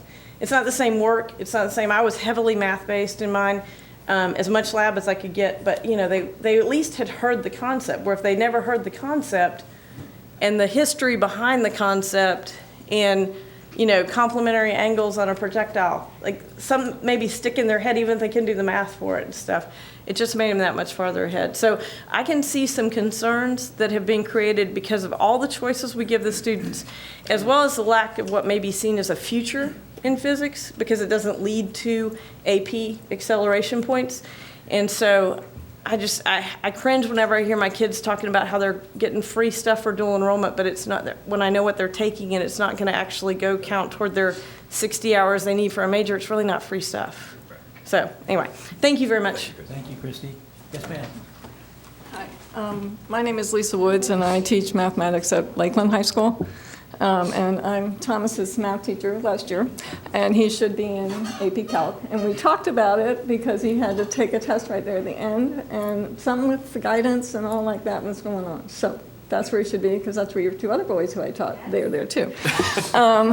And first of all, I'd like to thank you for mentioning about the 7th grade, the kids taking Algebra 1 in 7th grade, because I don't teach Algebra 2 usually. I've taught lots of different math courses. This is I just finished my 35th year at Lakeland High School. But what we're finding is the kids that did that and got a 3, but then were put into the 7th grade math without what you had in the summer and the after school and all the things, they could maybe make it through, and then they would take geometry, and geometry is kind of the outlier. I teach geometry. I've taught it all the years that I've taught, and no one seems to like it, but I do. I did. And, it was my favorite math. Well, to me, it's so visual. You can see everything that we're doing, okay? And so that's how I like to teach it, too, is you can see it, but no one seems to like it because they like algebra.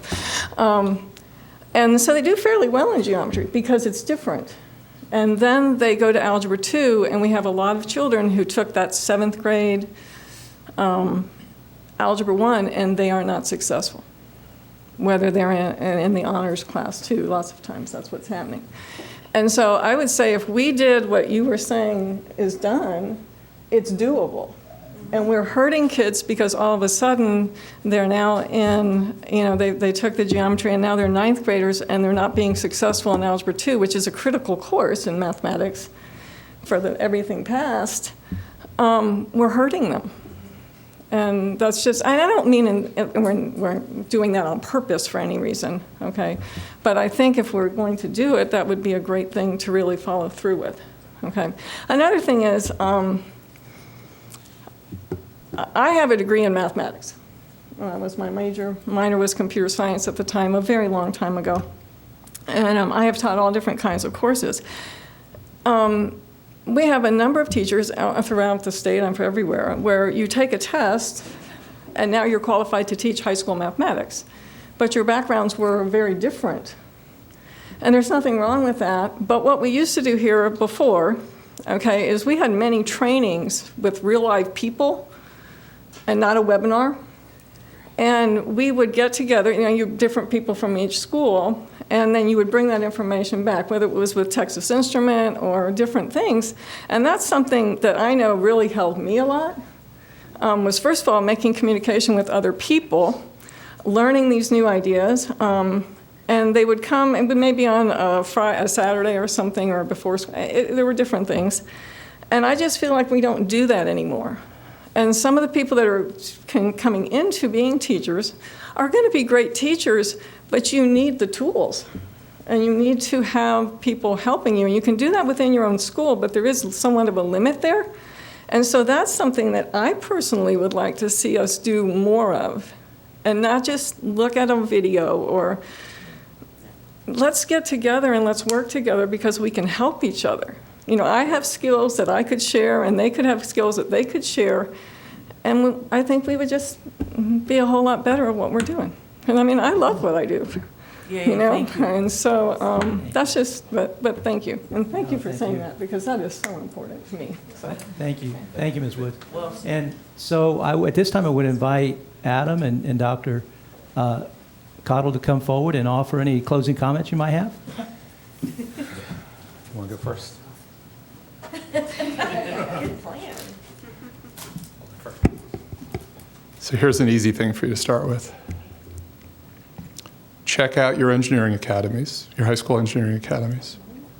Make sure they offer a physics course at every school where there's an engineering academy. And make sure every student in the engineering academy takes physics and pre-calculus. How about that? So that's a place to start. All right. Your turn, Adam. Polk's chemistry taking rate is pretty decent. That's a great place to start. If your honors chem kids take honors physics the following year, that'll solve most of your problems. If your general chem kids take general physics the following year, that'll solve most of your problems. And don't make them ask for it, because the kids don't know. Right. Don't make the parents request it, because the parents are assuming that if you're giving them the choice, then it doesn't really matter either way. We kind of historically, we haven't done the greatest of jobs to make this common knowledge, right? Which is another part of the problem. Conflating state graduation requirement with what is the best way to prepare students. I can understand how parents and students and teachers and administrators find that confusing, right? Because state says biology plus almost any 2 science credits and you're good to go, right? That's the minimum for the piece of paper. Like the bare minimum that we'll let somebody walk across the stage with. That's hardly what we can do to help give those kids the best chance that they can. And you're not alone, right? It sounds like there's support in your community, parents, teachers, hopefully some school administrators, the guidance counselors I've worked with have always been tickled for someone to finally say, just do this, right? Because they wing it a lot of time, or they're doing the best, but yeah, so you have support, right? There are at least 2 big universities in the state whose faculty are willing to drive. I only came an hour and a half. This guy had a longer drive down here. Yeah, and we don't have any skin in this game other than you all sounded interested. That's all it took to get us here. So I'm looking forward to seeing what you all do. Any closing comments from our board members? Mr. Townsend? Just that obviously, this has been taped. I mean, I think this is as good as any TED Talk you're going to see. Amen. I think the next step is for senior staff, leadership, district level leadership to really sit and watch this and think about this, and we need to set direction as a board as well. There's a lot of, I think one of the themes I hear, and it's the difference between default and requirement. Like, default isn't inherently punishing, requirement can be, and I think I like the idea of default. I like the idea of having to opt out, but it also goes, we're going to have to support intelligently, seriously, both our teachers and our kids in these classes, because the expertise does not grow on trees. And it's a long, slow process. And I just think we have to be very deliberate about it. Too often in education, we establish some abstract number as a goal or a punishment, and then all the experience underneath that gets adjusted just to game that number, and you lose what you were trying to do in the first place. And I think it's really important not to do that in this case, to think long term and to be real deliberate in what we do. Thanks. Thank you, Mr. Townsend. Ms. Fortney? Just 2 things. The particle accelerator, do your kids have access to that in your class? In my class? Yeah. We have an accelerator on campus. Our undergraduates do research work there, but it's not part of the regular. It is a very expensive instrument to run. Yes. Right. I work with another program called QuarkNet that helps put particle detectors in high school science classrooms. Oh, see, that's very important information right there. Casey, you got that? And what are we doing with the rest of these toys you brought? Okay, thank you. We were afraid things would get boring, but we went for 2 hours and 40 minutes. So Exactly. It's all right. And I never got to play dodgeball. Ms. Cunningham? Thank you. I just want to say thank you so much for being willing to travel and come today to start a really important dialogue for the future of our students. And I think now that you've kind kind of given us some information, and we've heard some feedback from some of our teachers across the district. I think we kind of know the direction that we need to take, and it really is upon us as a board to have some discussions with our superintendent and to try to see if we can make some differences and increase the numbers of students across the county that are taking these classes and making them available, certainly as some of the suggestions that you have made. So I know I learned a lot today, so thank you so much for your talent and your time. Thank you, sir. Please, teachers, take the posters. Yes, Who are those yes. of you? Sorry, Len. Yeah, good point. Please leave me some, because I was just saying, Susan, get those posters so I can take them to my schools. I got more in the car. Okay. Thank you, Ms. Cunningham. Ms. Miller? I just want to thank the staff here today. As a parent of an 8-year-old girl, as a parent, as a mom who was a public relations major, your story was very close to me because I took Mr. Wilson's accounting class and other math classes and knew that, I struggled. And so I went the other way. And to see my 8-year-old come home and, already with times tables, and I don't know if this is for me. We really have to raise expectations, especially for our girls and for our community at large. These cannot be opportunities for the few. We really have to work on support and equity in what we're offering. So thank you for sharing that today, and thank you for being here. Yeah, I'd like to offer a special thank you to Dr. Cottle and Adam. Thank you so much for coming and spending this time with us. I want to thank all the members all the folks in the audience who came forward and shared your thoughts with us as well. We appreciate that very much. It's been incredibly informative and interesting, I think, and clearly this conversation is going to continue. So thank you all for your participation here this afternoon. And we have, that's our agenda, but we have a continuing conversation that doesn't include this particular topic. I'd like for us to take a short break, a 10-minute break, and come back and then finish our regular roundtable. So that we're going to take a short recess, 10-minute recess. And Mr. Abney, if you don't mind, if you would give me your number, please. Okay, so do you guys have a partnership? So this meeting is reconvened, and I know we've lost some of our board members. But there's something important there's something I want to talk about that's important, and I need to have a discussion with other board members, and obviously we have to do that in a public, open environment. So that's why I asked that we stay a little bit longer. And the topic is McLaughlin. I supported the turnaround plan previously because of the relationship that Superintendent Byrd was able to establish with Ed Direction. Specifically, she was able to effectively control what they were doing. They provided additional resources, but at her control.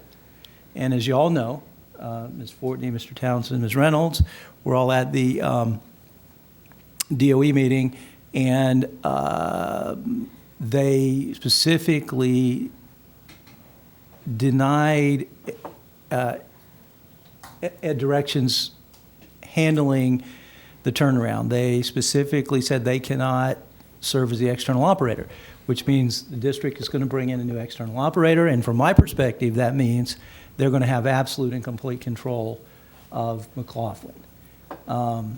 The school district won't have anything to say about that, as I understand it, and I think we probably need to continue the discussion with the superintendent, but I'm certain that means that we will have no say whatsoever in what happens at McLaughlin, and that concerns me tremendously. It seems to me that the charter school system that's there would be a better fit, in my opinion, as an external operator than bringing somebody else in. But the reason I wanted to have this conversation is I know Mr. Townsend has suggested an alternative, and I was hoping you could expand on that a little bit this afternoon. Sure. There are actually two parts of that, Len. I think the first part is important. What you've raised is important. Both aspects of this involve some interaction with DOE to see if they'll sign off on it. The first is, I agree that they've killed educational directions. I don't think we know who the new external operator is going to be. The perception is that the state will impose it. Do you know who it's going to be? Have they? I think the state, what I heard as that meeting progressed was there are 2 or 3 external operators that the state is very high on, and that we could choose any one of those. We can't just choose anyone. Right. Okay. So we can't just choose anyone is an important point, because the Lake Wales charter folks, several of them have suggested contracting with Lake Wales Charter as the new educational directions. Like, I am not at all clear the state would allow them to do that. I do think someone should ask if that's an option. We ought to know if that's an option or not. So that's question one. My larger idea that I've discussed before, because I think McLaughlin is a subset of the Lake Wales problem. And in fact, I've done some data crunching on this. And if you look at the school grade scoreboard, all of Lake Wales schools, and including McLaughlin, and including their charter schools, underperform on the school board on the school grade scoreboard, underperform the comparable school in other communities. For instance, Bach, as their startup charter, looks a lot like our Union Academy, looks a lot like our Lawton Childs. It underperforms those two schools on the scoreboard. McLaughlin looks a lot like our Southwest Middle, or looks a lot like our Crystal Lake Middle. It underperforms. I think on the scoreboard. I think the conflict out there is sort of tearing that community apart and not helping the idea of competition being helpful. I think is not borne out by the numbers when you actually look at the school scores. So my idea is to get the state to sign off on zoning. You start with Lake Wales High, really. You zone that school like you would zone any other school, and make it the opt-out school. That allows us to not have to bus kids out of there, which we're doing to Haines City and Winter Haven and Bartow. And if we could get the permission to do that, to zone, I think that would solve all the problems with Lake Wales High, which is well run and is probably their best school in my opinion. The problem with Bach, the problem with McLaughlin right now is that the options that are available to us on paper that aren't outside operator involve stripping the zoning from it. If we get rid of the zoning for Bach, there is no zoned school there is no zoned middle school in Lake Wales. Right now, there is no zoned high school in Lake Wales, and we've seen what the problems are there. If we could get the state to sign off on sort of a comprehensive zoning, I would certainly be up for. I'm on record saying I would support allowing Lake Wales to run McLaughlin conceptually if we zoned everything out there. My biggest concern is just that we have very good arts programs at McLaughlin. I would prefer that we partner with them to preserve those arts programs. Maybe they could run the academic side. Maybe we could run the arts side. The superintendent has broached this high school idea at McLaughlin, but we haven't really gone very far beyond that yet. There's a way to accommodate that too. But it really all comes back to, can we zone the Lake Wales schools? We're going to have to get the state to say, yes, you can. What was encouraging about this is back when Adam Miller was the head of choice, he told me in writing, you've seen it, that he thought this was something we could do. Now he's gone. He's moved on. I actually mentioned this at the Board of Education to the Board of Education. They looked to me like I had 4 heads. Mostly because I don't think they had any idea what I was talking about. We have to contact somebody up there who would say, yeah, you can do it. So does that answer your question? Well, yeah, and I'm in agreement with that as well. But I think the second piece had to do with somehow forming some sort of relationship with where Lake Wales could use McLaughlin, much like we were. The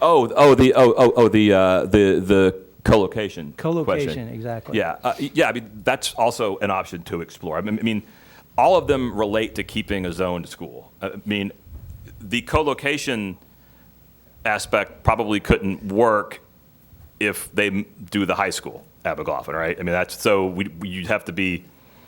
Really, the superintendent should be involved in this Right. discussion.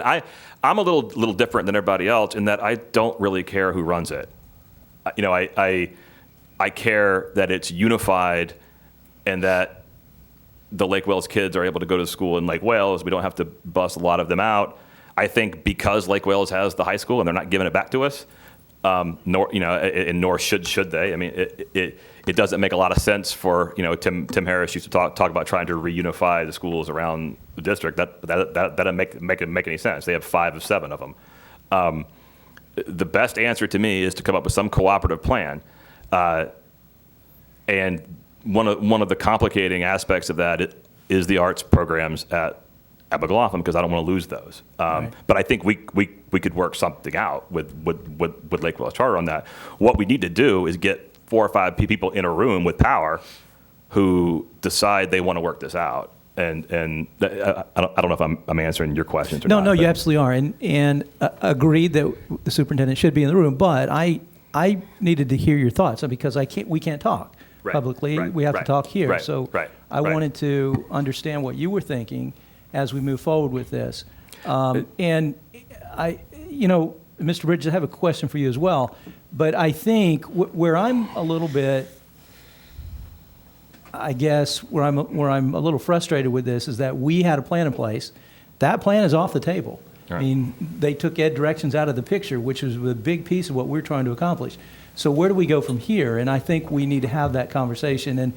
And one of the options is turning that school over to a charter school. Is that not one of the options? And I guess the question is, if the state tells us we'll accept your turnaround plan, but you have to change part of it, can we go back to them and say, look, we have changed our mind. We want to take a different approach, one that you also agree to. There's no reason you can't ask the question. Yeah. And you should be, I need to be clear, I won't support that. And the reason for that is it takes the zoning away. I'm talking about doing it with the zoning. Oh, okay, yeah. Well, but we're in agreement with the zoning as well. All right. So I'm talking about doing that with the zoning, not without the zoning. Okay. Yep. But that's not an option right now. The state has not officially signed off on that. No, I understand. So if that becomes an option, then yeah, that's something I'm interested in doing. Agreed. Now, one of the ways that we might accomplish the zoning, and we've talked about this as well, is with a contract with them. Right.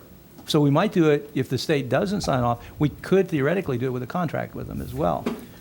If the contract is found to be legal. And the contract gets, and you understand how this contract gets enforced, right?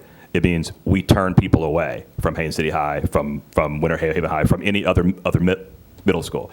If you have a Lake Wales zip code, if you're zoned for McLaughlin, you're not coming to Stambaugh, or you're not coming to that's how you enforce that. So. We send them back. We end busing completely, and we send them back. Well, I don't think we can do that by state law. They can't. can choose another school if there are seats. No.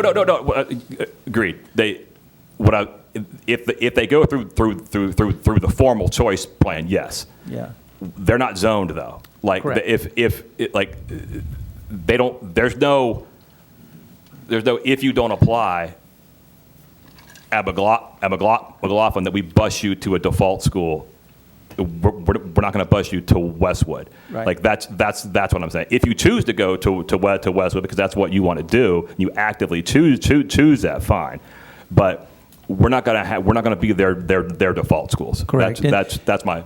And I think that goes back to the technical term roll-up, Mr. Bridges, and that's where that comes into play, because then we have established that if this is permissible by law, then they would roll up to certain Correct. schools. Yeah. Right. So, okay, and that was really my question. I was wondering what your thoughts were on it. I know you had some thoughts about it And I guess the other piece, my bigger question was, how do we work with them cooperatively in using the McLaughlin building?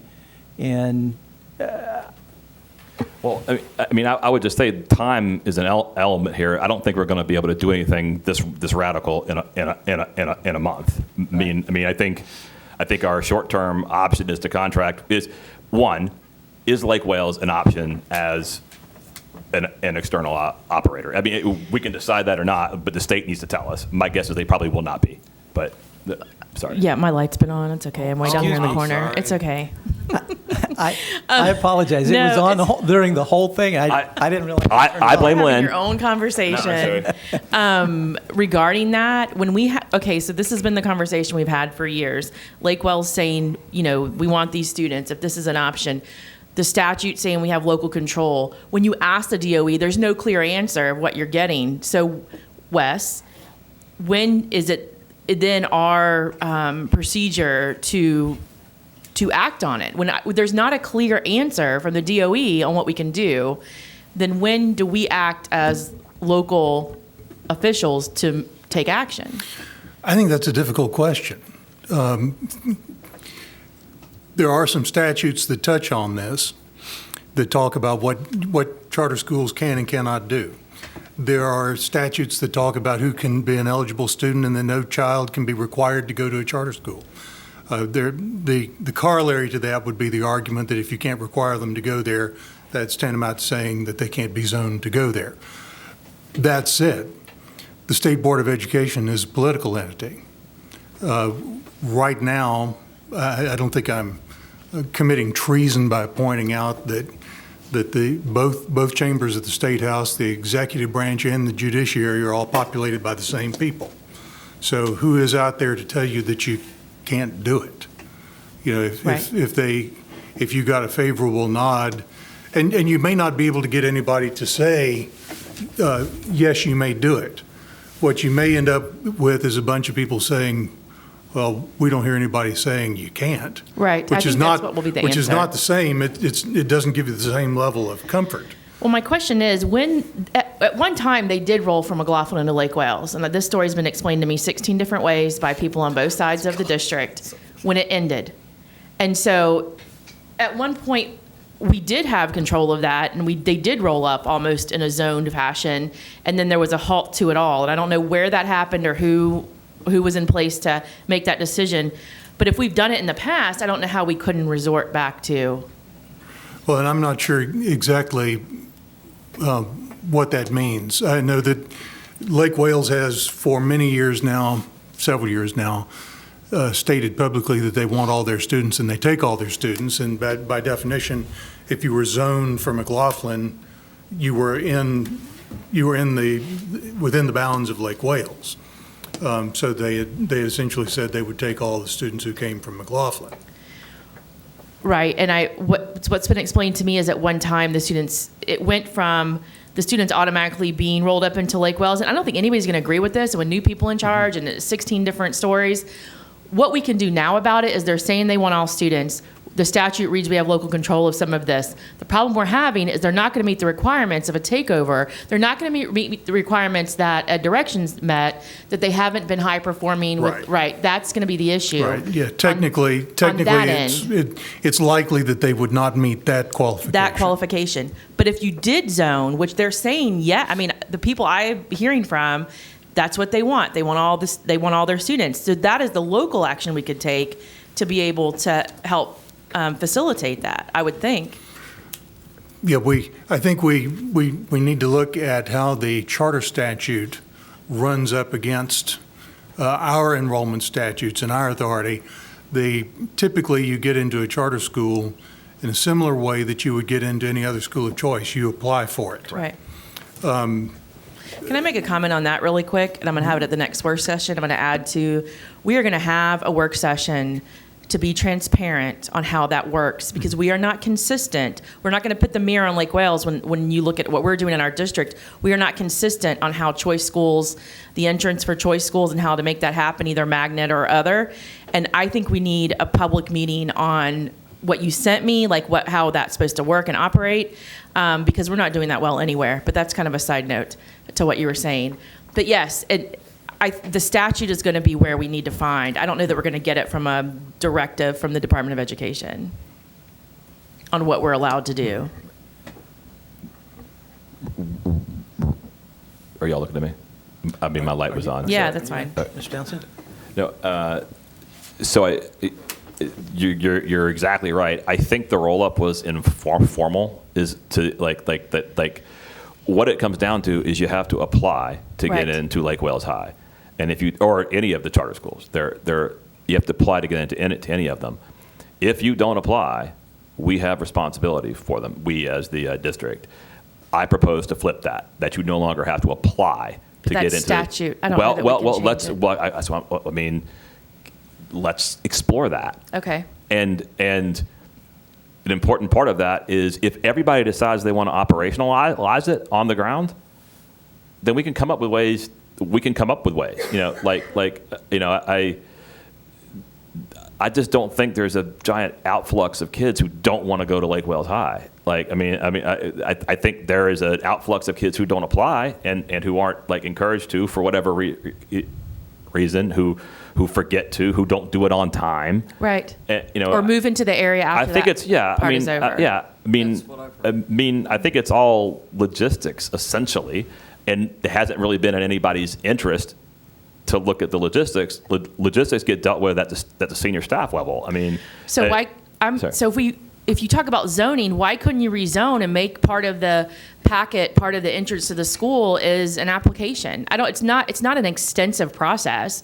This is your zone school. Part of going here is you do this. Right.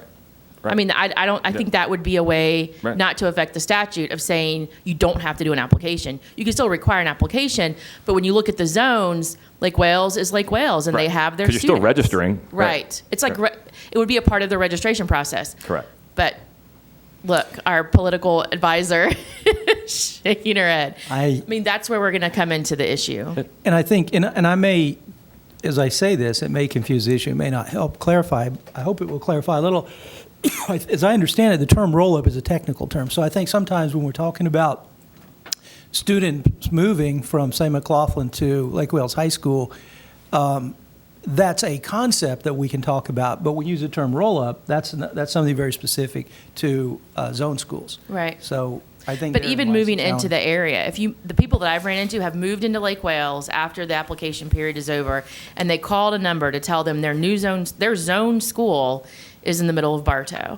Right. And they're confused at how they moved into Lake Wales and their zone school. So I think, statute is where the issue is going to lie, but creating an avenue to say this is your zone school, because after a period of time, they don't have to take, your school gets full. You only can take from your zone anyway before you can take outside students. We need to somehow have that window. It's a statute issue, I think. And I know there's some lights on, but just very quickly, agreed. And I think that's the challenge. We have to see if we can address the issue, as Mr. Townsend's indicated, by somehow zoning that charter school system. I think that's the challenge. Ms. Fortney, did you have some comment? I was kind of confused with ed directions with McLaughlin. And then didn't they approve ed directions for another school in Polk No. County? No ed directions were No ed approved. directions. They purged They have direction. Okay. directions. All right, I was just, because I know I've spoken to a couple people about this and people heard different things. So, During the period of time I was there, they nixed ed directions for everybody. okay. That's what I heard. Isn't that interesting? For any new contract. There has to be a relationship Yeah. of some kind.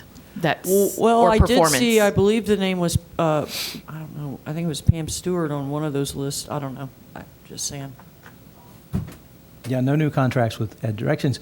I thought we had an existing contract with ed directions. Yeah, I thought so too. And so I'm not sure how they could nix that, but apparently they did. No, Including ours? Including ours. Our turnaround application was for a new turnaround option, and they approved our application but said that we had to find a different educational or outside operator. And so they approved our applications with contingencies. We had to find a different outside operator, and we had to have a performance-based contract. And so we have existing contracts with ed directions for existing turnaround schools and for schools, other schools? Oh, you just mean just for McLaughlin then? And to other Okay. districts. Okay. When did they need you to take the podium so they can pick up Oh. your audio? But I guess you're correct. Right. For Newt, but what I'm saying is for other districts, there were some districts that were considering ed directions for new, and they nixed those. Correct. Okay. Just to clarify that. Thank you. Makes you wonder what ed directions did to hack some Right. people off. I think I have a pretty good idea, but I won't say it publicly. Thank you, Mr. Townsend. Those were my questions that I had, because I know you had some ideas, and I wanted to make sure I understood them, and I was clear about what you were thinking. And so, yes, sir. But just to summarize, I am open to any plan that makes the Lake Wales schools the opt-out schools for Lake Wales, the default. Any plan. My preference is that we do something cooperative that preserves the arts programs at McLaughlin and does something to heal the really nasty rift in that community. That's my preference. But my red line, I cannot unzone McLaughlin. I will let IDA run it before I unzone it, because that affects Winter Haven, that affects Haines City, that affects Arto. Those are my basic parameters, and I think what we need to do is get their top staff and our top staff in a room to agree on a plan that we can then go propose to somebody. That's my personal opinion. Okay, thank you. Ms. Fortney?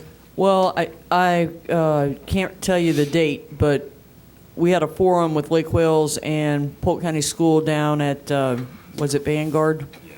Yeah, and there was a question brought to the group about an arts high school, and could it be run simultaneously with Lake Wales Charter and Polk County School Board, and that was my question, even as a board member. And I agree with Mr. Townsend. I think we need to work out a cooperation. I mean, obviously, if we're going to have to hire somebody, and Mr. Nelson has, been emailing and instead of giving it to strangers, Lake Wales cares about Lake Wales kids, let's be honest. And, if there was a way we could cooperatively have an arts program, high school level, like 6 through 12 at McLaughlin, to benefit all of our kids in Lake Wales, I don't see why we wouldn't do that. I just don't understand why we would not. Because that would be the Harrison type for that side of the county. Non-audition based, of course, but, those kids deserve art as well. Not everybody's going to be a rocket scientist like, the people that were here earlier. Thank you. Thank you, Ms. Fortney. So that concludes the part of this meeting that I wanted to talk about. Are there any other topics or issues that board members would like to discuss this time? No. Okay. Whole list. Mr. Bridges? You're good? Peace. I will, excuse me, No, go ahead. I will say, and I mentioned this to Dr. Cottle, I've been in this district for quite a while now, and I found that to be the most profound and impactful presentation that I've seen. It hit me square between the eyes. It takes me back to high school, and my recollection of going to high school with 2,400 students, 600 people in the senior class, and one unit, one class of calculus available, and the profound impact it would have that it had on the people who were able to get it, the more profound impact it had on the people who were not. And physics and calculus, I agree. It just resonated with me all kinds of ways that ought to be the default curriculum, not the one that you apply for. I'll shut up. But I want to thank you for was- that statement too, Yeah. just because of what these have been able to provide. This is not how this board has conducted business in the past, and it can be looked at as a novice view of how things should be. But I had learned so much today just by the fact that we have an equity issue on what we're providing, and in my district it's huge, and I learned that today by this information. So I think this is what where we should be going with this.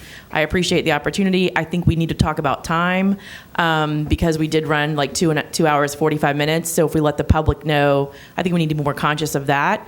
But other than that, I look forward to having more informational type sessions in addition, or as these work sessions continue.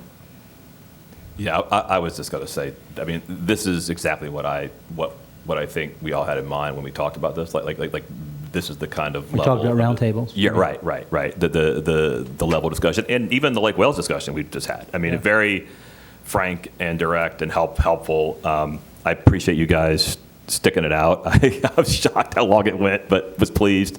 So thank you. Ms. Fortney? I just want to add that, speaking of the physics and Cal education, we have to keep our qualified teachers. And we lost another one yesterday from Auburndale High School. They're dropping like flies. I'm trying to talk one into not quitting right now. It's every single day. At some point in time, we're going to have to give our 15, 16, 17-year teachers some money to stay, and so they can pay their bills. And if we can't do that, then at least we can back them up with discipline, because that's the second biggest problem. They can't handle being in charge of every single aspect of so many kids' lives, trying to make a difference, and then get no backing from lackluster administration. Thank you, Ms. Fortney. And I'd like to echo Mr. Bridges' comments as well. I thought it was incredibly informative. And not just Mr. Cottle. And what was Adam's last name? I forgot. I apologize. LeMay. But also the comments we got from our teachers that were incredibly insightful and informative. So I thought it was very productive as well. So with that, this meeting is adjourned.